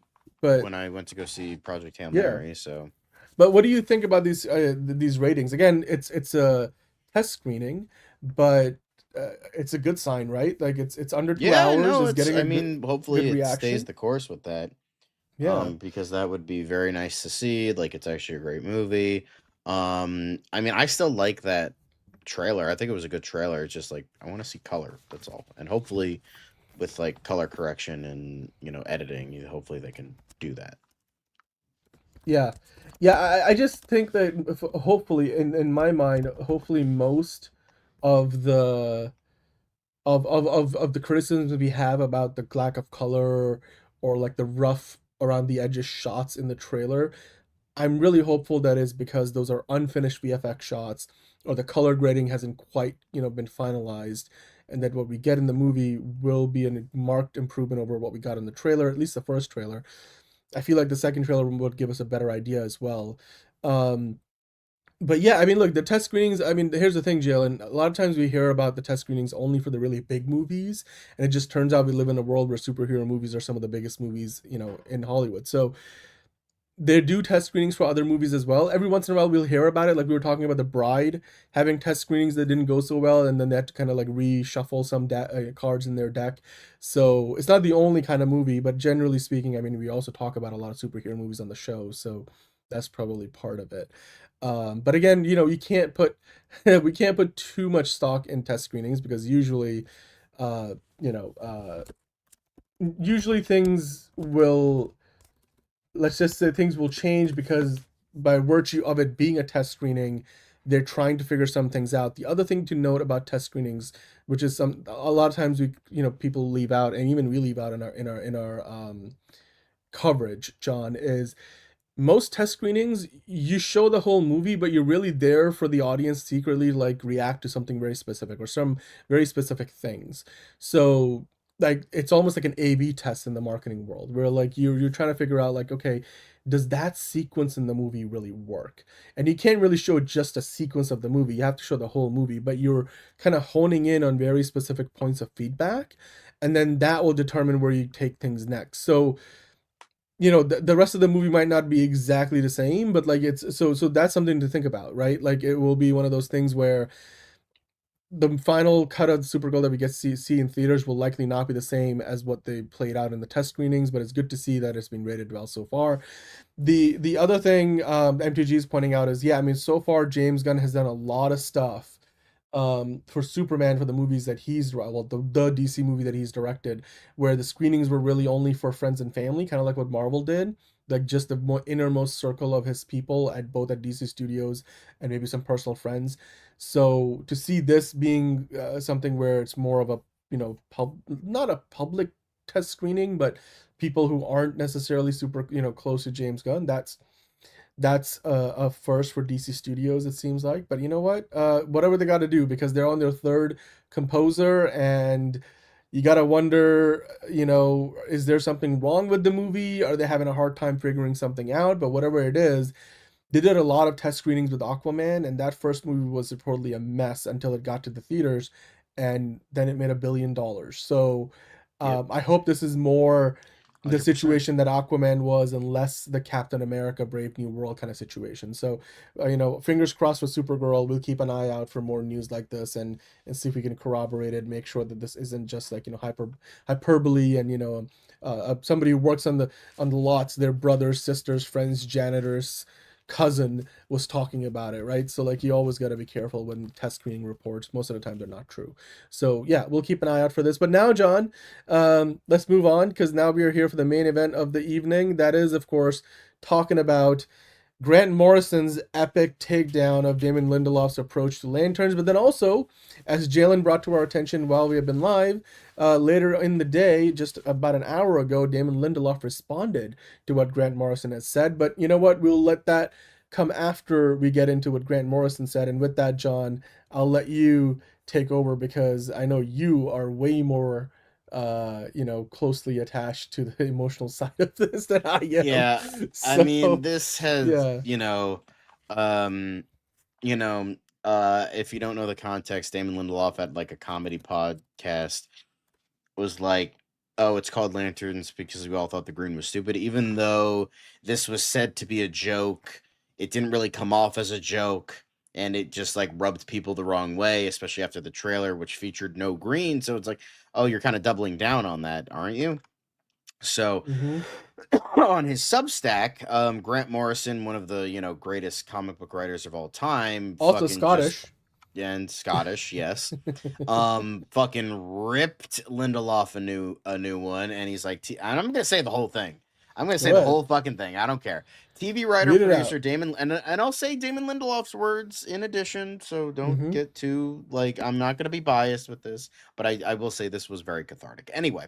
TV writer producer Damon Lindelof's comments notwithstanding, the Green and Green Lantern's green is not stupid. Why does a writer attach himself to this kind of narrative if he thinks it's fundamentally stupid? You don't hand CSI scripts to patronizing writers who condemn forensics experts and their haircuts as stupid, so why hire people who are ashamed and in denial about the comic book material they've been assigned to develop? Why don't they turn down jobs they're not suited for? It's not like he needs the money, and Lindelof has proven that he can come up with his own ideas. What is this jockish dismissal of superhero conventions intended to prove anyway? Does Lindelof imagine it makes him seem less nerdy? It's a bit too late for that. So what's it all about? The only people who give a fuck about the Lanterns TV series are Green Lantern fans. Why alienate them at the start? That feels more like stupid. Green Lanterns is a much more evocative and dramatic title than Lanterns, just as Raise the Red Lantern is a better movie title than Raise the Lantern. And anyone who can't grasp why that is shouldn't be anywhere near superhero stories. The show might even be good, but how much better could this stuff be if studios were willing to hire the right people for the job instead of phoning their embarrassed friends to water the source material down? Hollywood will die of insularity and inbreeding. Damn, dude, inbreeding. Wow. He just like got angrier as he wrote on, it seems like. Damn, okay. Yeah. Your thoughts on this? I think it was deserving because it was so like hard hitting that it caused Damon Lindelof to be like, okay, I gotta address this now. So because I mean, like the jockish dismissal, like I agree with a lot of what he's saying, right? Yeah. I agree. Like here's the thing: you could make a great TV show the way it's made, but the Green Lanterns are so epic. The concept, like. Embrace the epicness, embrace the superhero aspects, give us the green, because it's not just about the color green, it's about the characterization, it's about like, give us the space cops that we're looking for, not true detective, you know what I mean? Like, it's an interesting characterization, but it's not like, like, here's the thing, Batman 89 felt like Batman from the comics, come to life. Like that Gotham City was in like picturesque. A tone and aesthetic kind of way, because Batman does not feel like Batman. Fair, no, I know, but like they changed the backstory of the Joker and blah blah blah blah. I get it, but like what I'm saying is like it at the time it felt like oh my that God, looks like a comic book panel come to life. It wasn't afraid to be a comic book movie, and then like you eventually get to the point where you're able to do these like more grounded versions. Or things that kind of feel like they're more off the beaten path. But first you gotta nail the version that I think feels essential to the comic book iteration. Marvel does this really well with the MCU. Like they gave us a Captain America in the first Avenger that felt like Captain America right out of the comics before they gave us the Winter Soldier. Exactly, before they got to, the Winter Soldier, which was a political thriller, and gave us a very different version of Captain America that felt much more grounded in the real world. So here's the thing. I agree with a lot of what Grant Morrison is saying. I'm still cautiously optimistic that they will still give us everything. And I don't know how much Grant Morrison truly knows about what the 8 episodes feature visually and with the writing and everything. But I understand where he's coming from, and I think he's making a lot of good points. But then again, John, let's keep on going because David Lindelof. And I will say one more thing. I do think there is a point. He got his attention, even whether it is Lanterns or not. He is kind of right there, where it's like. People hire their friends, and instead of like giving new people a chance and all that, it's just like, oh, I know you, I like you, come here. And sometimes that's fine. Like if you like an actor, like he works with Nathan Fillion a lot, and James Gunn likes to work with the same people, is what I mean. That's fine, but like from like, oh, you're only giving the same 3 people a chance. It's like, okay, that's kind of a bit. And to be fair, annoying. like. the implication here would be James Gunn, Peter Safran just hire their like bros and then don't hire, which I think the evidence points to the contrary. Yes, they do work with a lot of people they've worked with before, but they also, like, you know, Alan Tudyk and so, you know, both in front of, like, behind the camera as well, Sean Gunn and stuff, you know, family in that sense. But they've also brought in a lot of new people, like Ana Naguera. You've got, like, who's written 2, if not possibly up to 3 scripts. Christina Hodgson's been there, done that. That's somebody you've worked with before. So James Gunn, Peter Safran, I don't think you have to worry about any allegations that they are, you know, 2 creatives who only hire their friends and stuff. So I think, I don't know if Grant Morrison was that's why I was like, you know, critique, more so talking about like what yeah. Hollywood's doing, not necessarily the Yes. DCU is doing. So yeah, let's keep going, because Damon Lindelof had like felt compelled to respond, because that, I mean, Grant Morrison has the public opinion, at least in the comic book space, in his favor. So you can't let that just stand. By the way, happy belated birthday to Alan Tudyk. Yep. So, yes, yeah. It was his birthday yesterday. He Yeah. turned 55. So yes, he will. Damon Lindelof had this to say. It looks like it's on Threads or Twitter or Instagram. I think that's Instagram. Yeah. So he had this to say. He's like, I have upset Grant Morrison, which means I now have pissed off most of the brilliant British/Scottish comic writers that I grew up idolizing. To quote the bard Otis Redding, this is nobody's fault but mine. I made a dumb joke on a comedy podcast. I'm not going to bob and weave about context. The joke was dumb. The fandom is not. I owe them an explanation and a genuine reflection of my actual feelings. The first time I appeared on a Comic-Con panel was for The Lost Pilot back in the summer of 2004. I wore my favorite t-shirt, as I had long grown out of my favorite underoos, those being the uniform of Hal Jordan, Green Lantern of Sector 2814. For a quiet, uncoordinated kid, there was nothing cooler. Sorry. There was there was nothing cooler than a hero whose superpowers was his imagination. The green is not stupid. It is, sorry, I gotta go around my webcam here. It is my lifelong favorite color, and I have a questionnaire that I filled out in 3rd grade to prove it. Green is fucking awesome. More importantly, it would be a betrayal to everyone I worked for and alongside to say anything other than I was absolutely honored to be a part of the team that manifested the incredible construct that is Lanterns, because it was. I was sloppy and careless with my words, ironic considering I care so much about Hal, John, and the entire Corps. I can and will do better to be worthy of the oath. Until then, I'll let the show speak for itself, and I can't wait for you all to hear what I have to say. So I'll give him that. I will say I don't really like Damon Lindelof as a writer all that much, but I will say he does have some class to be like, you know what? I made a dumb joke. I fucked up. I do care about these characters. Obviously, we'll have to see if that has bled through into the show. And he's like, you know what? Sorry. Which is more than what Timothée Chalamet did with his stupid comments. So, you know, Damon Lindelof actually had the balls to be like, you know what? I am an adult man that said something stupid. I fucked up. I'm going to apologize. So I think that means something. Whether the show will be good or not is an entirely different story. So I will say the thing that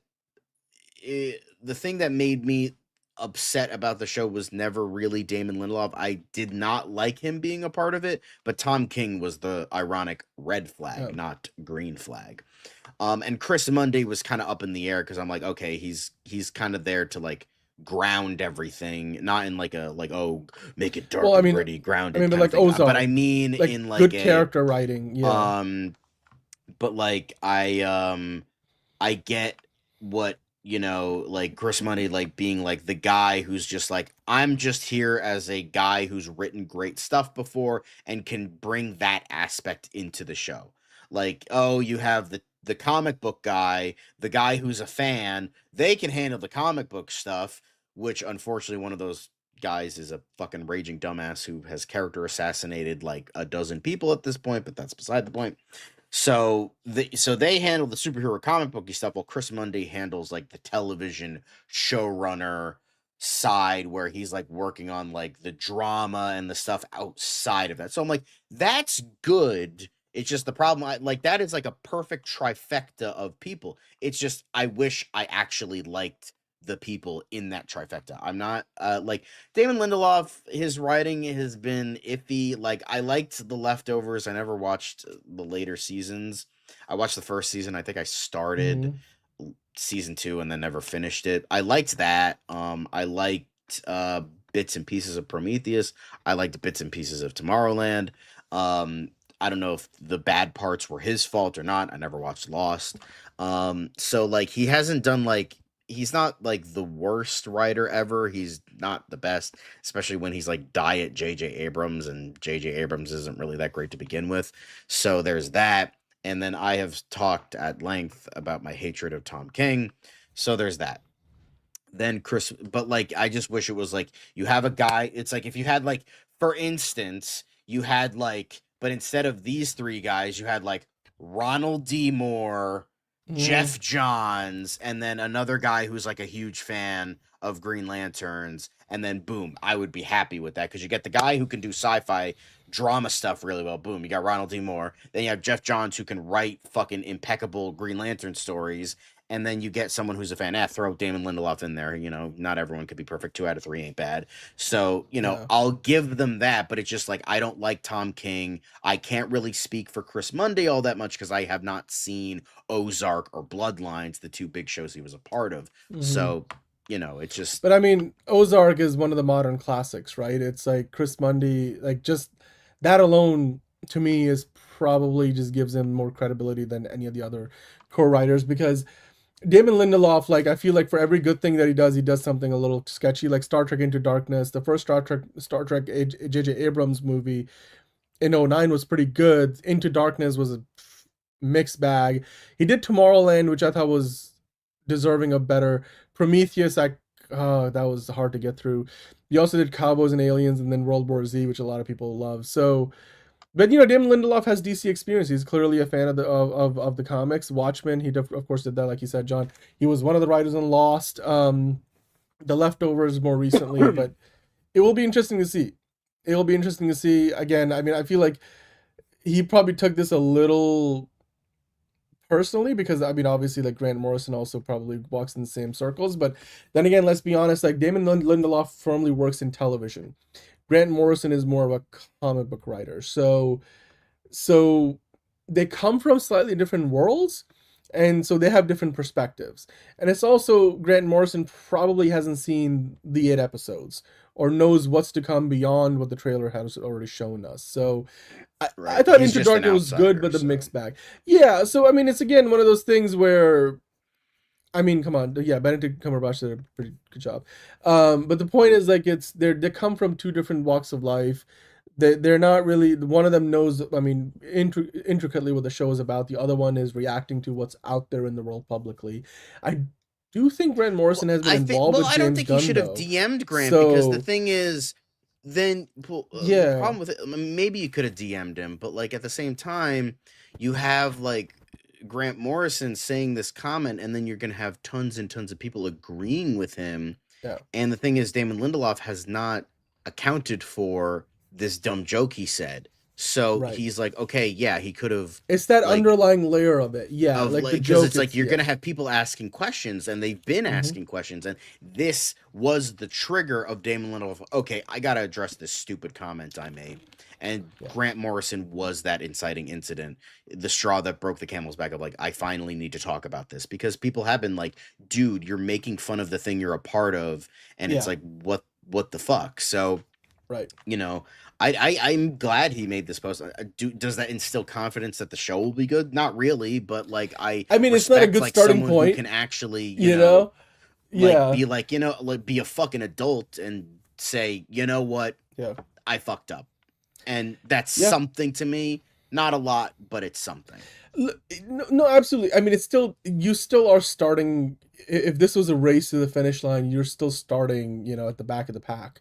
And from a PR perspective, the Lantern Show needs to do a lot of work to win back the hardcore fans, like those of us, a lot of us watching and on the show today. But also, they're going to need to draw on the average, you know, TV watching, you know, if audience member who's just gonna have HBO Max, and this comes across their feed or timeline or suggested shows, and they decide to actually watch it. Like, why should they watch it?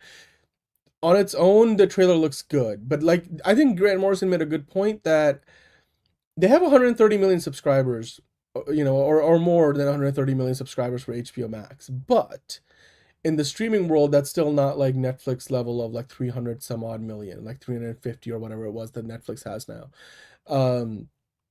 And so a lot of the people that will tune into a show that's behind a paywall on a streaming service are gonna be the hardcore fans. In an ideal world, you take those hardcore fans and turn them into brand evangelists who amplify your message. Like with Peacemaker, James Gunn does a great job with this. What he did with Superman, what he did with Peacemaker, even Creature Commandos. Creature Commandos, James Gunn had the biggest fans of DC just going out there and amplifying the message of go watch this show, and probably helped spike the viewership for that. I mean, we have seen Peacemaker season 2 do way better than season 1, and Superman obviously was the highest grossing movie of last year in the superhero genre. So you have to make those hardcore fans, you have to get them on side, and then you have to make sure like they're the ones out there doing the work for you. That's how great marketing campaigns work. And I think on that level, Grant Morrison had a point that, they haven't really gotten off to a good start. And it's not just even Damon Lindelof, the way Chris Mundy has talked about it at times, Tom King as well. It's just that thing of that next trailer better be better, but like you also have to stop talking down this stuff. Like embrace the comic book nature of it all, It's and I agree what you said with the figure drawing, like maybe you could have kept it short, his message. But I mean, he more or less said what he said in just 3 paragraphs instead of 3 sentences, and Right. That's fine. I think he also, some of this you could tell is more of an emotional reaction as well, which I understand. Damon Lindelof is a human being, so like when you feel yourself getting called out, especially as a fan of the franchise and the genre and somebody who's worked in this space for a while, when one of the biggest names in that same industry calls you out publicly, you feel like you have to defend your your love for the genre. Then you write out a few paragraphs and you spill your emotions and lay them bare if you can. 132, right? So Paramount, by the way, has like 80 million, not 2 million MTG. But anyway, I know you're being facetious. But yeah, like it's I just, like you said, John, it doesn't make it a whole lot better. They're still kind of behind the 8 ball on this, because I feel like they need to turn the narrative around somehow. A really good second trailer would do that. I think at this point you're getting, like, here's the thing. We live in a social media world where the news cycle is every 10 minutes it flips into something else. It's not even the 24-hour news cycle. So, and then, narratives can get out of hand and, just, it's like a snowball that it starts rolling downhill very, very quickly. So something that 10, 15 years ago may not have been as big of a deal today with the social media space and everything, and influencer culture, like very meta commentary there, like it becomes like a firestorm very quickly. So I think it's gone from that trailer could have shown a lot more Green Lantern things like constructs and costumes and stuff that don't look like they're from the Middle Ages, to we need to show all this shit, I think, for the next one. Like, they need to blow some of their load in the next trailer, because at this point, you need to bring some of those fans on side. And so I really do hope that, like with Supergirl, I feel like the next trailer really needs to hit, because the narrative needs to change, because there's a lot of competition at the box office this summer, and Supergirl, in a worst case scenario, could just blend into the background noise, or it could stand out as one of the best movies of the summer. So similarly for Lanterns, it could blend into the noise as another show on HBO Max, or like the one show that most people forgot to watch, or it could become the next classic that like the Penguin became. So yeah, I'm not trying not to be hyperbolic, but I like you said, John, I think the on the marketing front, all of this, I think the reason why we're talking about it to begin with is because clearly I think their intent or their intentions with the show, and especially how they've tried to characterize it so far, have not been sitting well with the fans who should be the biggest supporters of the show, and they're all kind of sitting back and thinking, like you yourself, John, said, not really sure about this. And that's not the reaction you want from fans when you're trying to market and hype up the the next big thing that you have coming out in your franchise. So yeah, I mean, hopefully they can hopefully they can improve on this marketing. I mean, John, do you think they can? Is there anything that can turn things around? It's entirely possible. It's entirely possible. All right. Well, we'll leave it there then for now. And that's it. What's been a long show. I actually am surprised we got it done within less than 3 hours, considering how much the Oscar stuff was.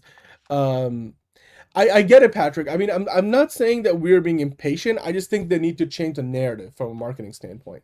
Don't give us all the spoilery stuff. But when I say blow some of your load, I'm like, show us one of the lanterns wearing show a suit. construct. That's all. Give me a construct. Like, we can even work off of 2 screenshotable moments for the next 3 months. That's what fans want. Just give us some of that. You know, and they're just so trigger shy or gun shy, whatever the case might be. Use a different metaphor with the first trailer, that it just felt like one of those Sony Spider-Man adjacent movies where they're afraid to make it a superhero. Like, they're afraid to embrace the idea that it's a superhero movie, like we're watching something from the early 2000s, you know? Like, Wolverine's running around in a yellow costume now. You can show the Green Lantern's wearing a green, lantern costume. Give us that. Give us a single shot even. End the trailer on that shot. I think that's all we need, really. Change the narrative. Exactly, Jalen. I think that's what we need to do. That's what they need to do, so that, our reactions, follow accordingly. But anyway, we'll leave it there. That was a fun show. I know we were originally going to do Mount Rushmore Monday. We even had our picks, but then there's so much news to talk about, so I figured we hold off on that until, next Monday. But we'll do that next Monday. But hey, we'll be back tomorrow. We got another DCU Daily. Then we have a Tier List Tuesday. The Emmys happen in the later part of the year, so yeah, I'm sure they will drive people to the shows. But John, Tier List Tuesday, as of right now, it looks like Wolverine Movies is winning the day. So we might be doing. Have you decided what all 5 movies would be for the Wolverine? Like, because there's gonna be. Nope. You guys let us know in the comments. I mean, there's 3 Wolverine movies, the trilogy. Then maybe we do Days of Future Past, and then maybe Deadpool and Wolverine. Okay, maybe Deadpool. Yeah, I guess we could do that. Which isn't really a Wolverine movie, but But I mean, well, he's in a big. I feel like it was 60-40, 60-40. Like, it's not 50-50, then 60. But then again, Sir President Christopher Nolan movies is coming in second, so that's still up there. But you guys vote for that in the community post section if you haven't already. But yeah, we'll see you guys tomorrow on the doubleheader. It's been a long night, as is. Stay blessed. Look up, look out.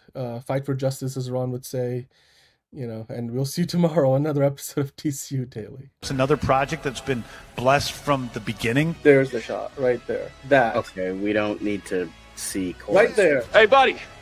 Eyes up here. Now you want to get nuts? Let's get nuts. Here we go. Victory mine. Ask me how am I doing? I'm telling you, really, I'm doing sublime. I never wait in a stewardess line. I just go do it. I'm moving my time. Really had nothing to do with it. How am I moving? I'm moving like you want to shine. Follow my lead. Don't listen to lies. I had to put me all on the line. That's why I know that victory's mine. I prefer Jared Leto. Hunka, hunka.